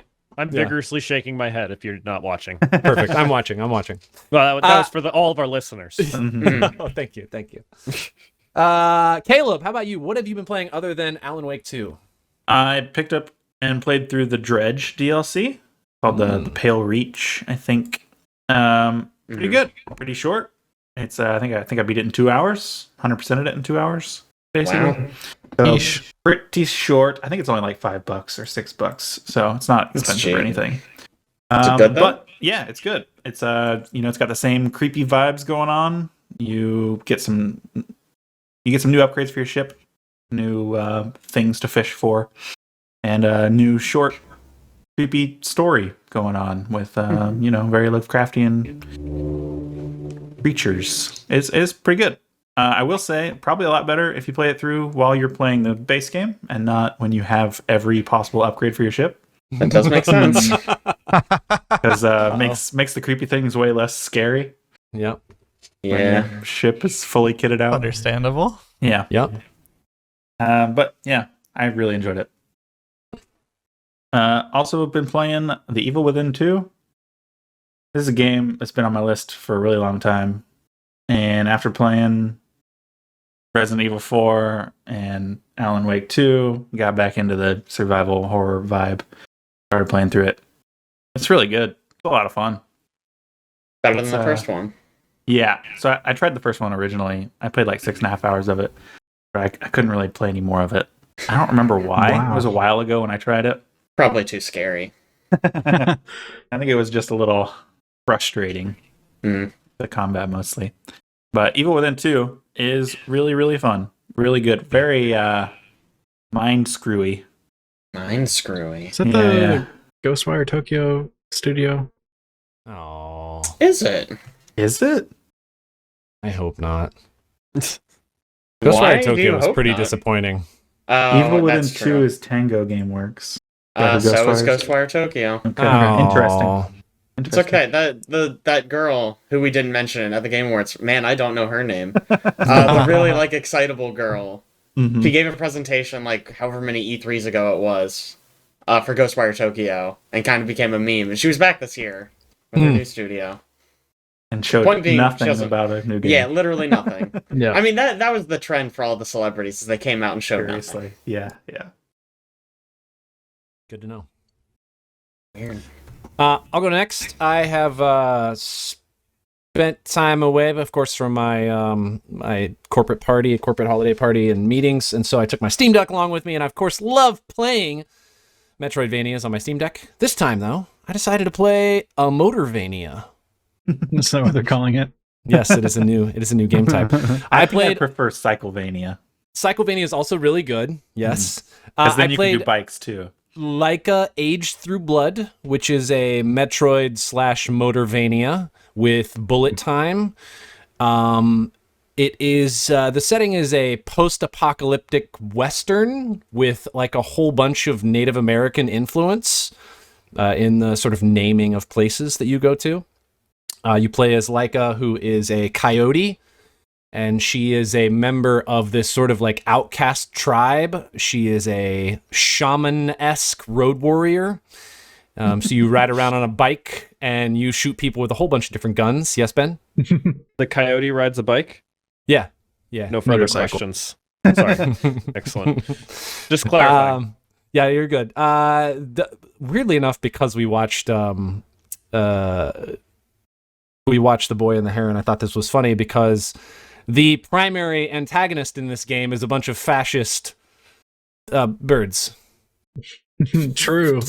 Just it's really They're it's crows really funny. in Leica, right? Huh? Is it crows in Leica? It's a whole bunch of different birds. Oh, okay. It's just the birds. Checks out. Birds aren't Yeah. even real, so that makes sense. Yeah. And basically the loop of the game is you rampage in the Outlands, kind of hiding your people. The people who are suppressed, this outcast tribe is kind of hiding in this space after their original home was bombed by the birds with a giant bomb. And so Frickin' you birds. move everybody else over to this space to kind of keep them safe. And Laika, who is from this, again, shamanesque road warrior family lineage, she is the only person who has immortality. She rides around on a bike, she gets shot, it's a one-hit kill. Maybe she like does a backflip and happens to land on top of her head, dies. She goes through the spirit realm and just eventually, immediately is recreated next to these bone statues. They're like your save points. With her motorcycle. With her motorcycle.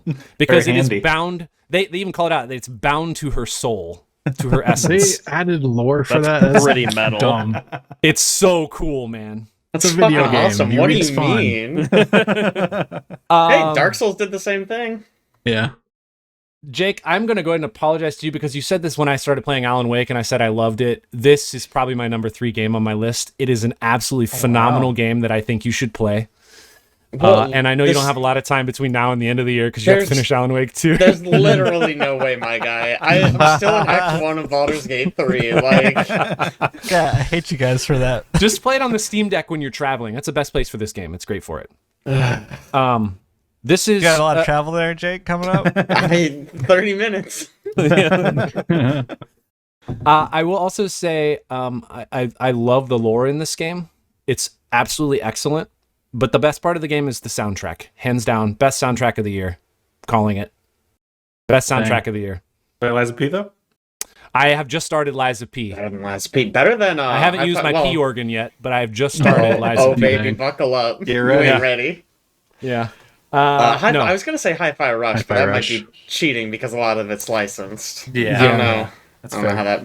This is an counts. entirely original soundtrack with singing, and it's phenomenal. And it's tied into the components in the game. It's so good. It's so good. You are so lucky that it is on the Epic Store Yeah. because that makes it $10. Yeah. Guys, I love this game. I think it's This excellent. Real fast, it plays a little. It's got some like Hotline Miami kind of vibe to it, right? Yes. With I was how gonna fast you say- respawn and how everything's a one-hit Yeah. kill. the game to me plays like a mix of like Hollow Knight and Hotline Miami. It's a one-hit kill. Hollow Knight. Yes, because of the lore and the Metroidvania, music. Caleb. The lore and the music primarily is Knight. the Hollow Knight-esque components. Still gotta play that sometime. That's wild. Oh man. Yeah. You, My you heart, gotta get man. on that before I did just Silksong buy comes it like out. a week ago, like a week and a half ago. I bought it. It's just been sitting in my library. It's the best Metroidvania. Silksong's little gonna behind. come out anytime this decade. Yeah, is it? Mhm. Honestly, like wait until we actually have solid Silksong news, and then you don't have to wait for Silksong. The thing I will say, because I've been asked this question about how complex this game felt and how fast it gets, because there's like a whole bunch of bird enemies and you're on a bike with a gun. Bullet time obviously helps. The core mechanics of the game are anytime you backflip, you reload your gun. So as long as you're aiming, you're in bullet time and you can backflip and aim and shoot people with the various weapons that you have. You also have a parry, essentially, that is you flipping your bike around This just 180 guns? degrees to go the opposite With a Z? direction. I And- do need to play this game. I have to say it. You're so when right. when you front flip, you reload your parry. So you're basically left stick like moving your bike around all in the air, and right stick aiming and shooting all of these birds who are all over the screen. It sounds really hard, but it actually you get very used to the mechanic, and it gets very fun. When I just- played the I was- demo, I I- could not get a handle on it. It was You will. tough. I just You want you to know, watched so I was much. watching Jake's face that entire explanation you were giving, and I just saw him go from just like, holy shit, to, god damn, I gotta I play this need now. to buy it, and then I need to play it. It's so good, guys. I love this game. I love this game. It's excellent. I don't have time. I keep I know buying you don't. games. Anyway, that's my Leica Age Through Blood review. Whenever somebody else finishes, I love to talk to somebody about the lore. I'm not going to spoiler anything, but there's some very unique things in this game that I think, and it really, really pulls at your heartstrings multiple times. They do a very good job at this game. It's They an do that a excellent couple game. times in the demo itself. Like Yeah. Yeah. you can tell it's Legally, going to go that you- direction. Oh. You need to tell me if the motorcycle dies. I will Well, the be so motorcycle is devastated. bound to your soul, so it's immortal. Yep. Unless my soul dies. Your soul can't die. You're immortal. Okay. All right. Somebody should go play it. It's very I'm fun. going to be at my in-laws over Christmas, so I guess this is a game to pick up on a Steam Deck. It's a good Steam Deck game. It'll mess with your eyes. Buckle up. It'll does mess that with mean? your eyes. Yeah. Staring at that screen for a long time, there's a lot of like background motion, and you are on a bike doing 360 shooting birds, and it speeds up and slows down as you're playing. I want to get the Steam Deck attachment for the Arizopa monitor so that I can just like Heck not yeah. have to stare at the Steam Deck. I can bring my controller and then I'll just I have a console set up. Heck yeah. At their house. That's a good idea. You guys should all play that game. Anyway, Ben, what have you been playing? So nothing particularly new. This has been a bit of a recap week for me of just playing some old games. Picked up Stardew Valley again. Picked up an old save file and playing with Liz, and we're going through because the guy who made it announced that he's releasing another giant patch with content soon. So because he just keeps trucking more of those. It's what's up, Jake? What a madman. I know. Like, what? The one guy. It's been out for so long. Release your freaking Haunted Chocolatier game. I know. Stop working on Stardew. He's just like, yeah, I'm making this new game. And then like 6 months later, he's like, by the way, here's a giant patch for Stardew. For free, like, I'm what is- guessing. Also, Oh yeah. Yeah, no, all Yeah. of the content patches are free. Like for he- Stardew. it's he doesn't so want cool. more money. Like He doesn't. it's not. I guess he's just like, whatever, I got my money. This is all I want to do now. Yeah. It is amazingly popular. Like, I'm sure he's made plenty of money off of Yeah, it. I'm sure He's just doing not passion hurting. projects now. Yep. Heck yeah. So, I mean, still great. I actually have never gotten like crazy far in the game. I always tend to fall off after like 2 or 3 years of it. So this game save file, we're trucking through further. So I'm finally getting to some of the patch content he's released previously that I haven't gotten to. So that's exciting. Do you mean in-game years or out-of-game years? In-game years. Sorry. Cool. I got Although, stressed for a second. Yeah, I was have like, been what the playing fuck? Stardew on and off for years at this point. That's but, why I had to ask, because it but could not have just been like a single file. Okay, cool. So that, and then also I was craving some strategy games recently. I honestly downloaded and decided to try starting out Endless Legend, and then realized I didn't feel like learning a new game right now, so I shut it down and I went and played a bunch of Stellaris again. So that is still an excellent game. Still love Stellaris. That's that big 4X game? Yeah, yeah. it's the Space Yeah, 4X. okay. It's Oh, yeah. great. Grim You, strategy. you started a Excellent. different game and went, this is too complicated. Let me play Stellaris. But I had I had to learn a new thing. Versus Stellaris, I already know how to play that one. All right. Fair It's enough. still I think- excellent. From what I understand, Endless Space is not like quite as complex as Stellaris, but it is also one of those. I've heard that one's 4X. good, but no, actually, it was Endless Legend, which is their fantasy Or Endless version. Legend, yeah. Yeah. That one is hex based. It looks a lot closer to Civ. I played like an hour of it while I was going through the tutorial, and I just went, I just want to go play some Stellaris. So I did. Yeah. I've been on a kick of that for the last week. For what it's worth, Ben, the Xbox Game Pass has Dune Spice Wars. Oh, is In that case good? you're looking, it's unique.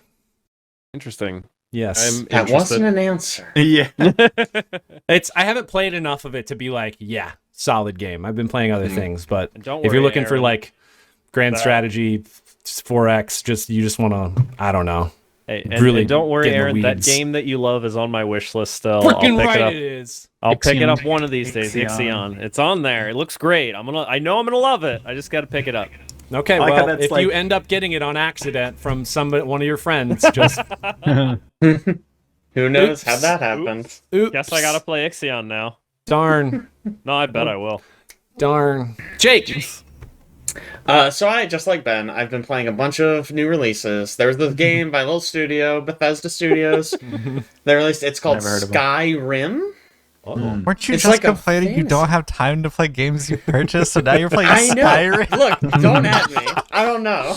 Is that like a fantasy version of Starfield? Yeah, but it's like if they put stuff in Starfield. Ah. That's what's cool about it. True, true. But this was Got actually a load little bit screens. inspired by Ben. I tried out a tool you used, Wabajack, which lets you download mod lists. Mm-hmm. So Oh. I have a version of Skyrim that is running with, I looked at the mod list, 1,675 mods. Get Heck out yeah. of here. I think Heck I have yeah. is this specifically? Did I tell you about that when I was telling you about my mod list for them? Maybe, I don't know, what's yours called? I gotta go double check, but I can tell Okay. you I currently have literally 500 gig of Skyrim mods installed on my hard drive. Jeez. Heck yes. Wait, how long did it take you to install them? It Uh, honestly in- wasn't that bad. No, it's not too bad because the tool actually it It sets them automates all in the everything? right order and everything Mhm. pretty well. I mean, it's pretty. I want to say I set it and it downloaded everything overnight, and then I really had minimal tweaking I had to do afterwards. Like Yeah. Man, maybe You 30 need- That minutes. is That tops. insane. you have ruined Alex's pastime, which is Skyrim modding simulator. That's his favorite thing to do. That's crazy. I know. I get how people feel when they make things easier in games now, and then they're like, "But I had to do it the hard way," and they're mad about it. I've done it the hard way too, plenty, Alex. Don't get me wrong. I'm just impressed because I feel like I have 3 mods on Baldur's Gate, and sometimes it conflicts with each other. You just said 1,000. I've done. 600. I think the most I ever did was like 200-ish, and that took Oh. like 12 hours to set up. Yeah, now this, if you have a premium Nexus Mods account, you just say, okay, download this mod list, and it downloads and installs everything. I also always had a premium Nexus Mods account when I went to do it because you can't do it the other way. It would take so much longer. Like, Yeah. Mm-hmm.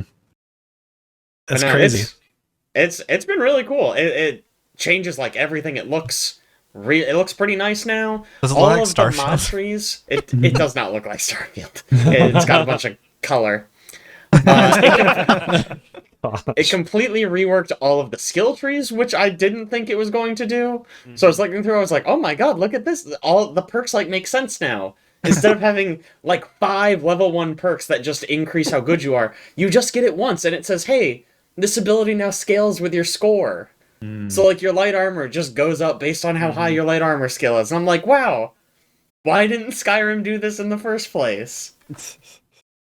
But that's been really cool. Just kind of like messing around with that and seeing what else different has been really fun.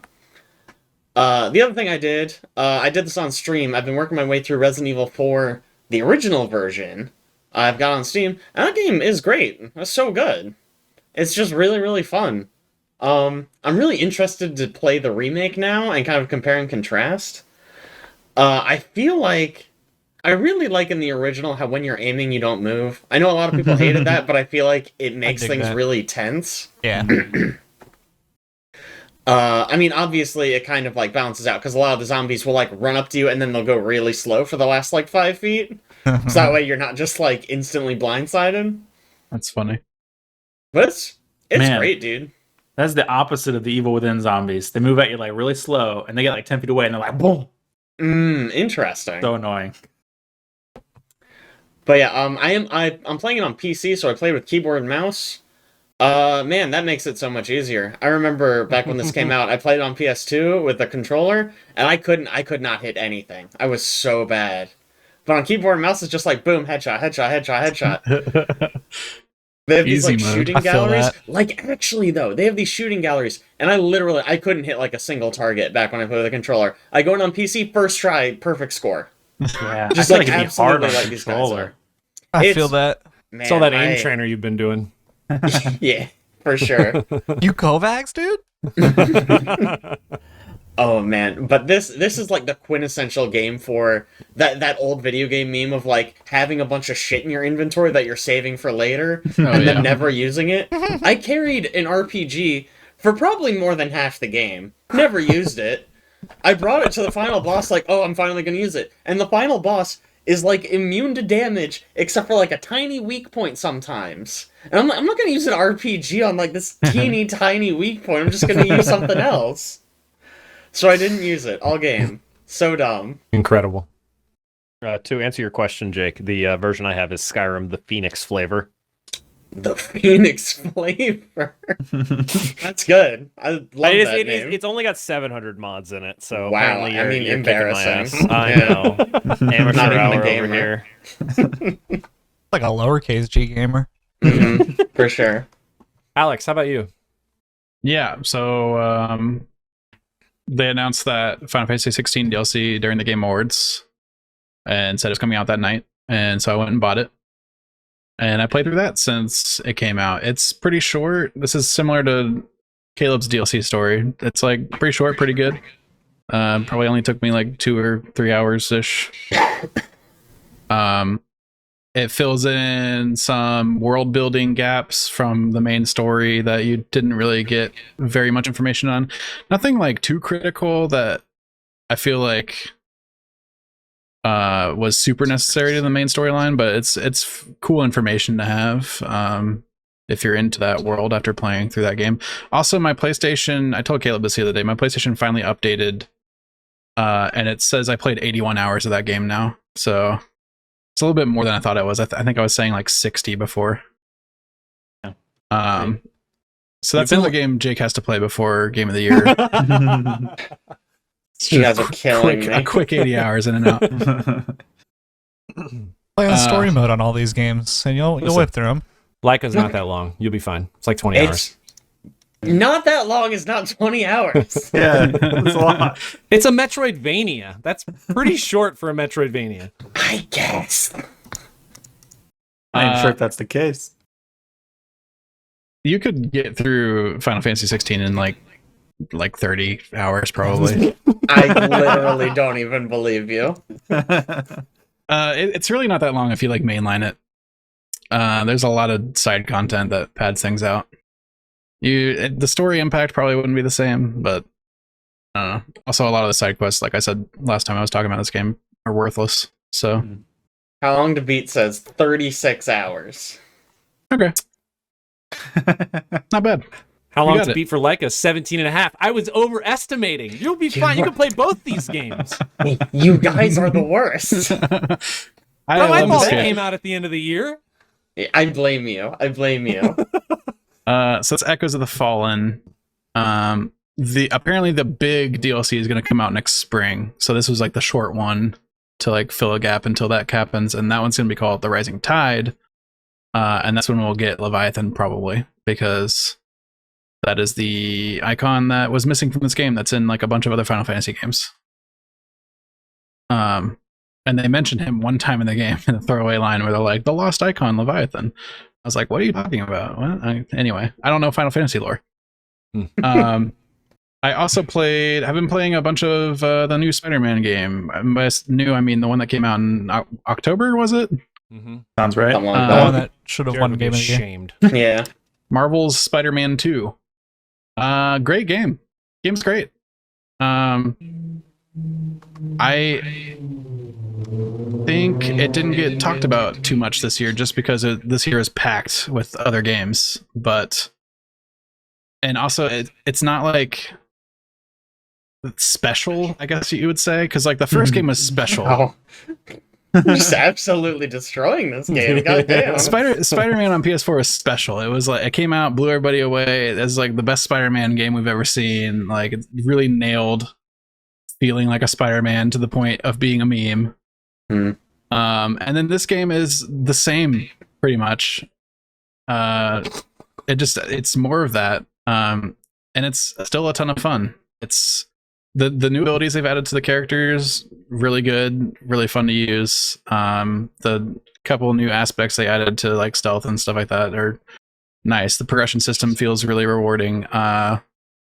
Like upgrading stuff always feels good. Like the bonuses you get on things, really nice. And then like the PS5 bonuses that you get from the SSD really being shown off here. Like the wingsuit that they added to the game, you can whip through that city so fast.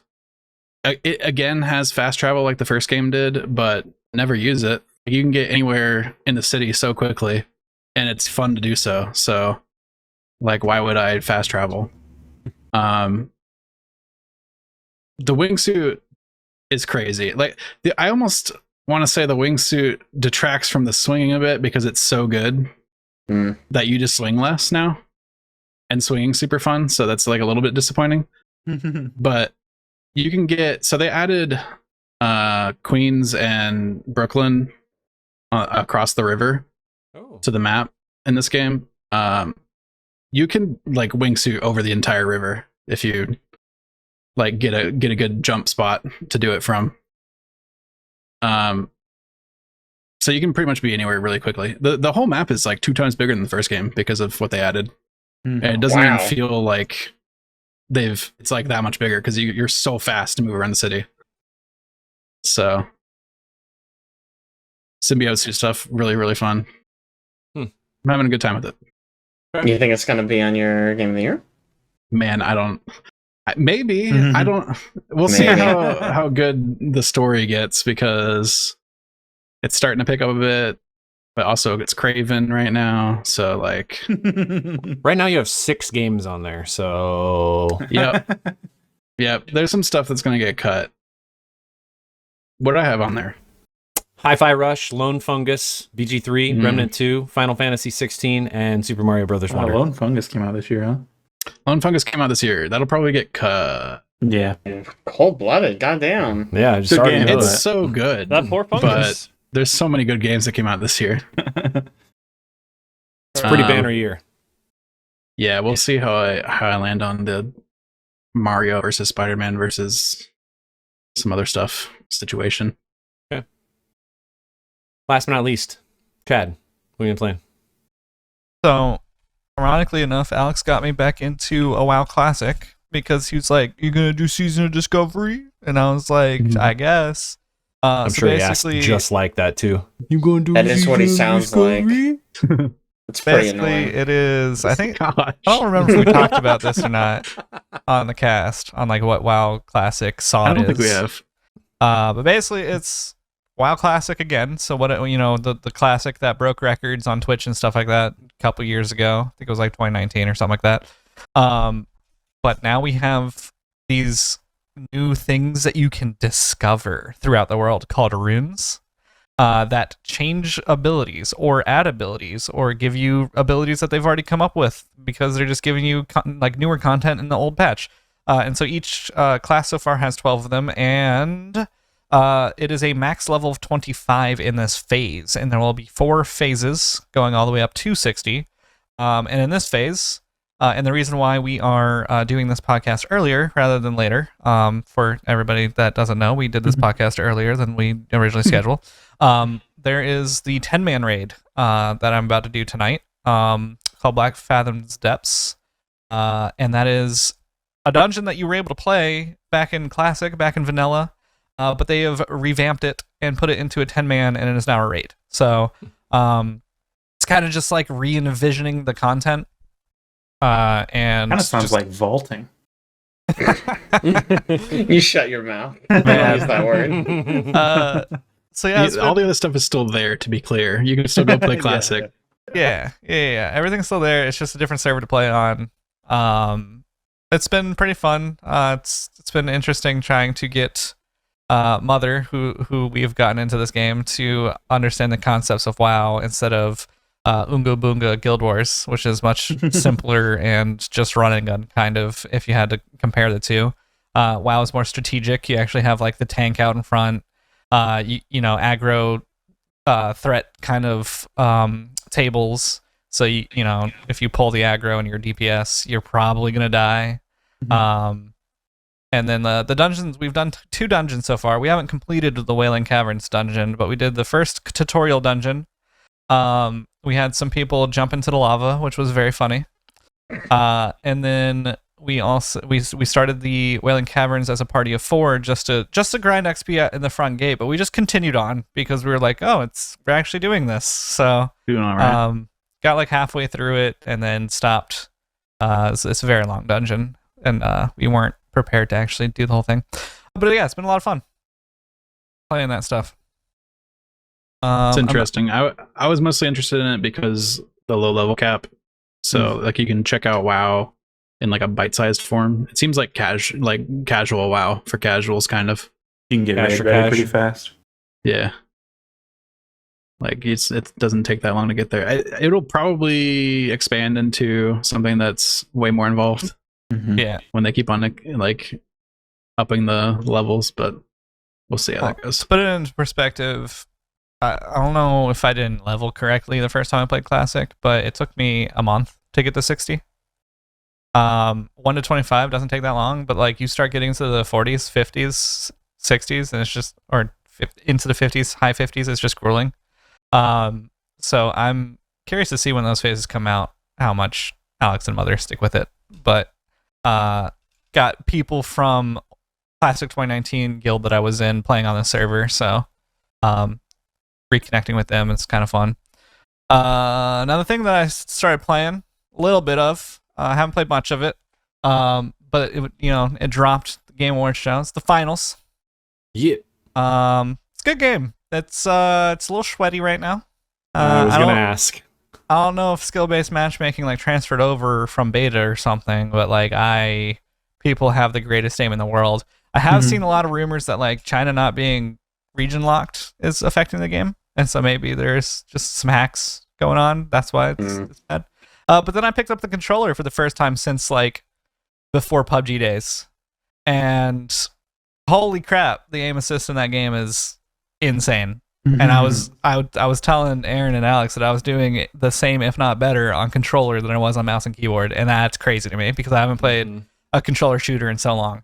Like even when Hyperscape had insane aim assist, I didn't pick up the controller to try it. But maybe you should play with crossplay turned off. You can still play controller on PC. I mean, that's the issue. It's not the consoles, to be honest with you. They'll probably eliminate most of the controller players, though. Maybe. Guess. But yeah, the reason it's so insane though is because the one thing that I tested out, because I wanted to make sure that like I would be able to use a controller with the evasive dash, which is basically Tracer's dash. You have 3 of them, it recharges. If you're not ADSing and you dash, your crosshair literally stays on that guy through the dash. It just it's magnetized. So you just dash to the left or right 3 times while shooting at the guy. He can't track you before you killed him. It's crazy. Oh no. That's only on the light class though. I mean, there's also the medium and the heavy classes that I haven't tried on controller, so I'll be interested to see that. I noticed that ADS had less aim assist than hip fire, so I think it kind of plays into playing light a little bit more. I think we've talked about the finals before, so I don't really have to go into detail on like the game type and stuff like that. So it's a cool arena shooter, 3v3v3, in the ranked tournament sweatier modes, 3v3v3v3. Mm-hmm. That was 4 of them, right? Yeah. I will say, just like even when we were playing in the beta, it's very polished. It's so good. It's so good. Like it just came out so good. Like it's impressive. Yeah. Isn't that sad? At this point, we're like, man, the game came out, it was polished. Yeah. When the game came out, it felt like a game that was released. Yeah. Right. Impressive. The one thing that I will say is the polish that isn't there is for some reason there are still DCs and there are still 30-minute bans on queues. I don't know why they left that in there, but for some reason, I get it. You don't want people leaving the game and ruining, you don't want to have a 2v3v3. I get that, but like 3-minute, that's egregious. Like most games start off as like, oh, don't bad. Let me smack your hand. 1 minute timer. You can't queue. Oh, you did it again. 5-minute ban. No, this one's just straight 30 minutes. Like the first time. Like That's nasty. It's crazy. Yeah. But yeah, be excited to play some more of that. Kind of I'm letting the sweaties get into the ranked modes. You have to play like I think 75 games to get into the actual ranked mode. So a lot of people are playing what's called Banquet, just slaying out, not even trying to grab the coins. Just all the Hyperscape players that I know are just in that mode, solo playing, just light class.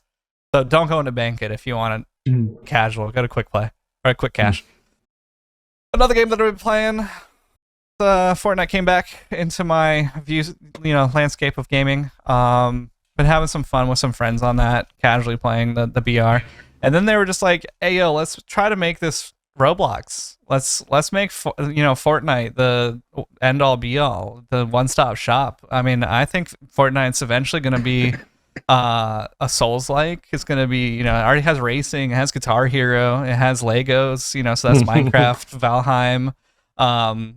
That's already the survival side, There's gonna be like tactic-based stuff in Fortnite. Like you're just gonna log in and you're gonna be like, holy crap, Fortnite's everything. This is the metaverse. I don't need another game. But I will say the racing, it feels pretty good. It's like your Mario knockoff. You do some drifting, get some boost, makes you go faster. You can air dash because it's Rocket League and stick to walls and stuff like that. It's real fun. It's a good thing. The Guitar Hero version, I didn't realize this, but Epic Games, I guess, got harmonics. Like they bought out harmonics, and that's why the Guitar Hero is a thing here. So not only is it just kind of like a tap game right now, if you guys have ever played tap on iOS, or you're just kind of hitting the buttons as they're coming across, they're actually supposedly going to develop a legacy setting. So like if you have a Guitar Hero guitar, you can just do the strumming and like Guitar Hero, and the drums will work with it when eventually, and so this is going to be Fortnite rock band, like Guitar Hero, whatever you want to call it. It's gonna have some good stuff there. I hear what you're saying, but they didn't win Best Ongoing Game at the Game Awards, so I don't know that I trust. Yeah, must be bad. That they're gonna, Yeah. It's a good point. They also, the Lego Fortnite is kind of bare bones right now, but like for the most part, you jump in that and it's a free to play, polished survival crafting Valheim Minecraft, and like they've already released announcements saying that they're going to add like various enemies, various vendors, more places to explore. It's so insane to me how polished the Lego portion of this Fortnite game is.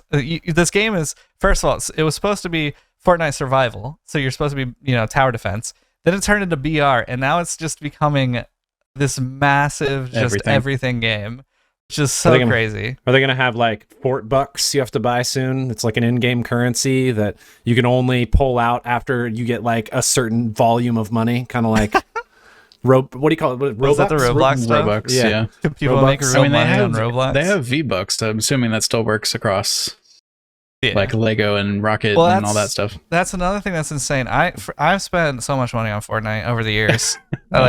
So much money. More than Alex's Dota? Oh, I don't think so. What do you mean no? I don't think so. Because are we including the tickets to like the tournament and No, stuff like that's not that? included. No, we're Well, not including that. even excluding that, still you'd have to know, spend probably. a lot of money. I don't know. It's like it's in the thousands. Yeah. How many It's thousands? crazy. Yeah. Yeah.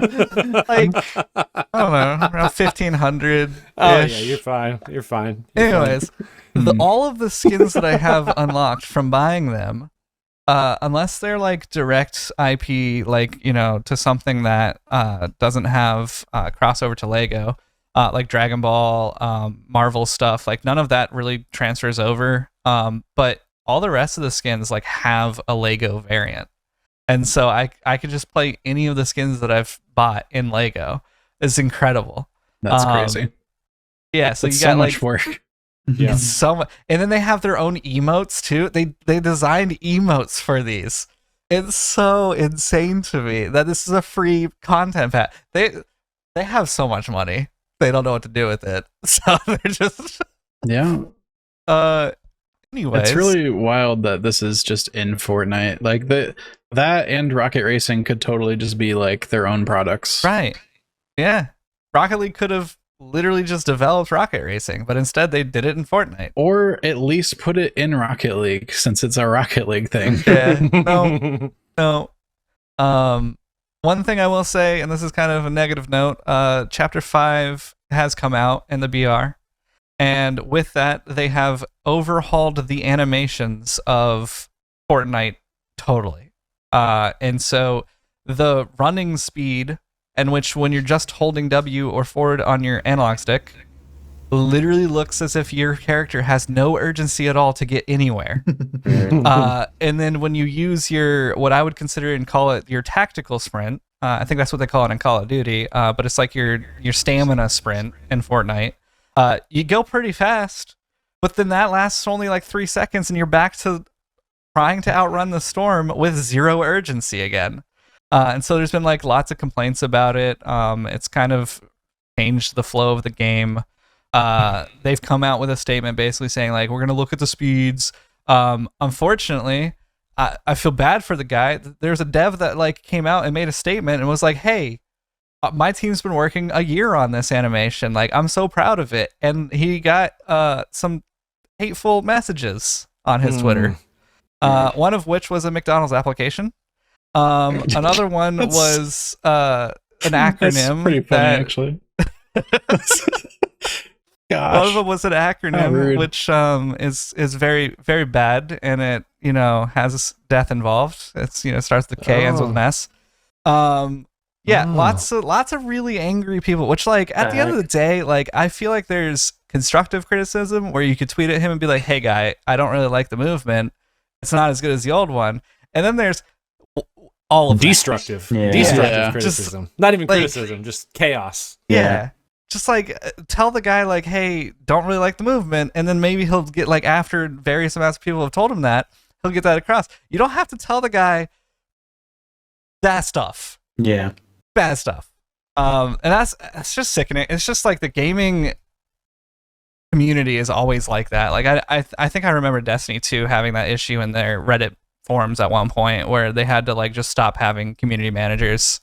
And because it's just like death threats are just like a thing that happens for some reason. It's just like people think it's normal. It's not. So yeah, but all in all, if you kind of get used to the movements and you get used to the weapon attachments, because for some reason they wanted to design that, you had to walk over to a workbench and throw on a red dot or a laser sight or foregrip or something like that. It doesn't really change the place. Like I can just not use the workbench and I don't feel any difference in the guns really, which is kind of nice because you can kind of just forget the system or use it, and it doesn't really affect your playstyle. The medallions are absolutely insane in this game right now. There's various different NPC bosses at different POIs that you can kill. I think there's 5 medallions in all, and it gives you 1 shield a tick. One shield a second, and if you're holding all 5, you're getting I think 5 shield a second. And basically that means that if you're in a build fight, well, the reason I paused is because I've heard somebody say 8 shield a second. I'm like, how do they get that math? Anyways, when you're in a build fight, which is a lot of defensive and chest moves, and you get yourself cracked 50 shield, you just run away for a second, you're back to 200 health, you go back at the guy. So it's if somebody has all 5 medallions, it's pretty much over. I've witnessed one of my buddies get shot by 4 people, and he's had all 5 medallions, and he outplayed them because he had all 5 medallions. So every time he took damage, he just boxed up. Can't you just like if you collected all 5 medallions, could you just stand out in the storm, like maybe even next to one of those water It valves? does not help your white health. It doesn't help flesh. It only helps your shield. Shield health. Got it. All right. Yeah. I saw something about those, and like, doesn't it put on the map like a ring where you're at if you're holding one? Yeah. So it puts a very big ring when you have 1, and if you have 5, it's very pinpointed. Like you know exactly where the person is. So that's curious. the downside. If you have 1, is the ring directly around them? If you just go to the center, is It's that where not. they are? Is it? It's not. Yeah, I saw that confirmed that it's not exact. Yeah, it's the same thing with they have a bounty system already in there where it's a circle, and like it could be anywhere within that circle. So all in all, I think Fortnite's killing it with their continued play, and Cyberpunk shouldn't have won. Cyberpunk shouldn't have been in the category, but yeah. Okay. Well, I think that's all we have for this week. You can tune back in 2 weeks when Jake will have spent 53 hours cumulatively playing Final Fantasy 16 and like it aged through blood. So we're excited to hear his reviews then. Well, and Alan Wake 2 and Baldur's Gate 3. Oh yeah, well, Baldur's and Gate, Ixion. Well, always Ixion. We don't need that for the game of the year. You could just play that on the side. It's totally fine. Gonna load 1,000 more mods in the Skyrim. You playing Yep. that? I literally just relaunched. I'm launching it right now because I remembered. We will be back with VGig number 4. I will have a new and improved VGig where I don't use setting at all whatsoever because clearly that category doesn't make any sense and it's constantly screwing things up. VGig 2 was actually great. All the answers were very precise. This one just kind of fell out of scope a little bit. So we're gonna fix that, tighten it up. Very excited. Very excited, guys. Anyways, I think that's it. So thanks so much for joining us, and we will catch you next time. See ya.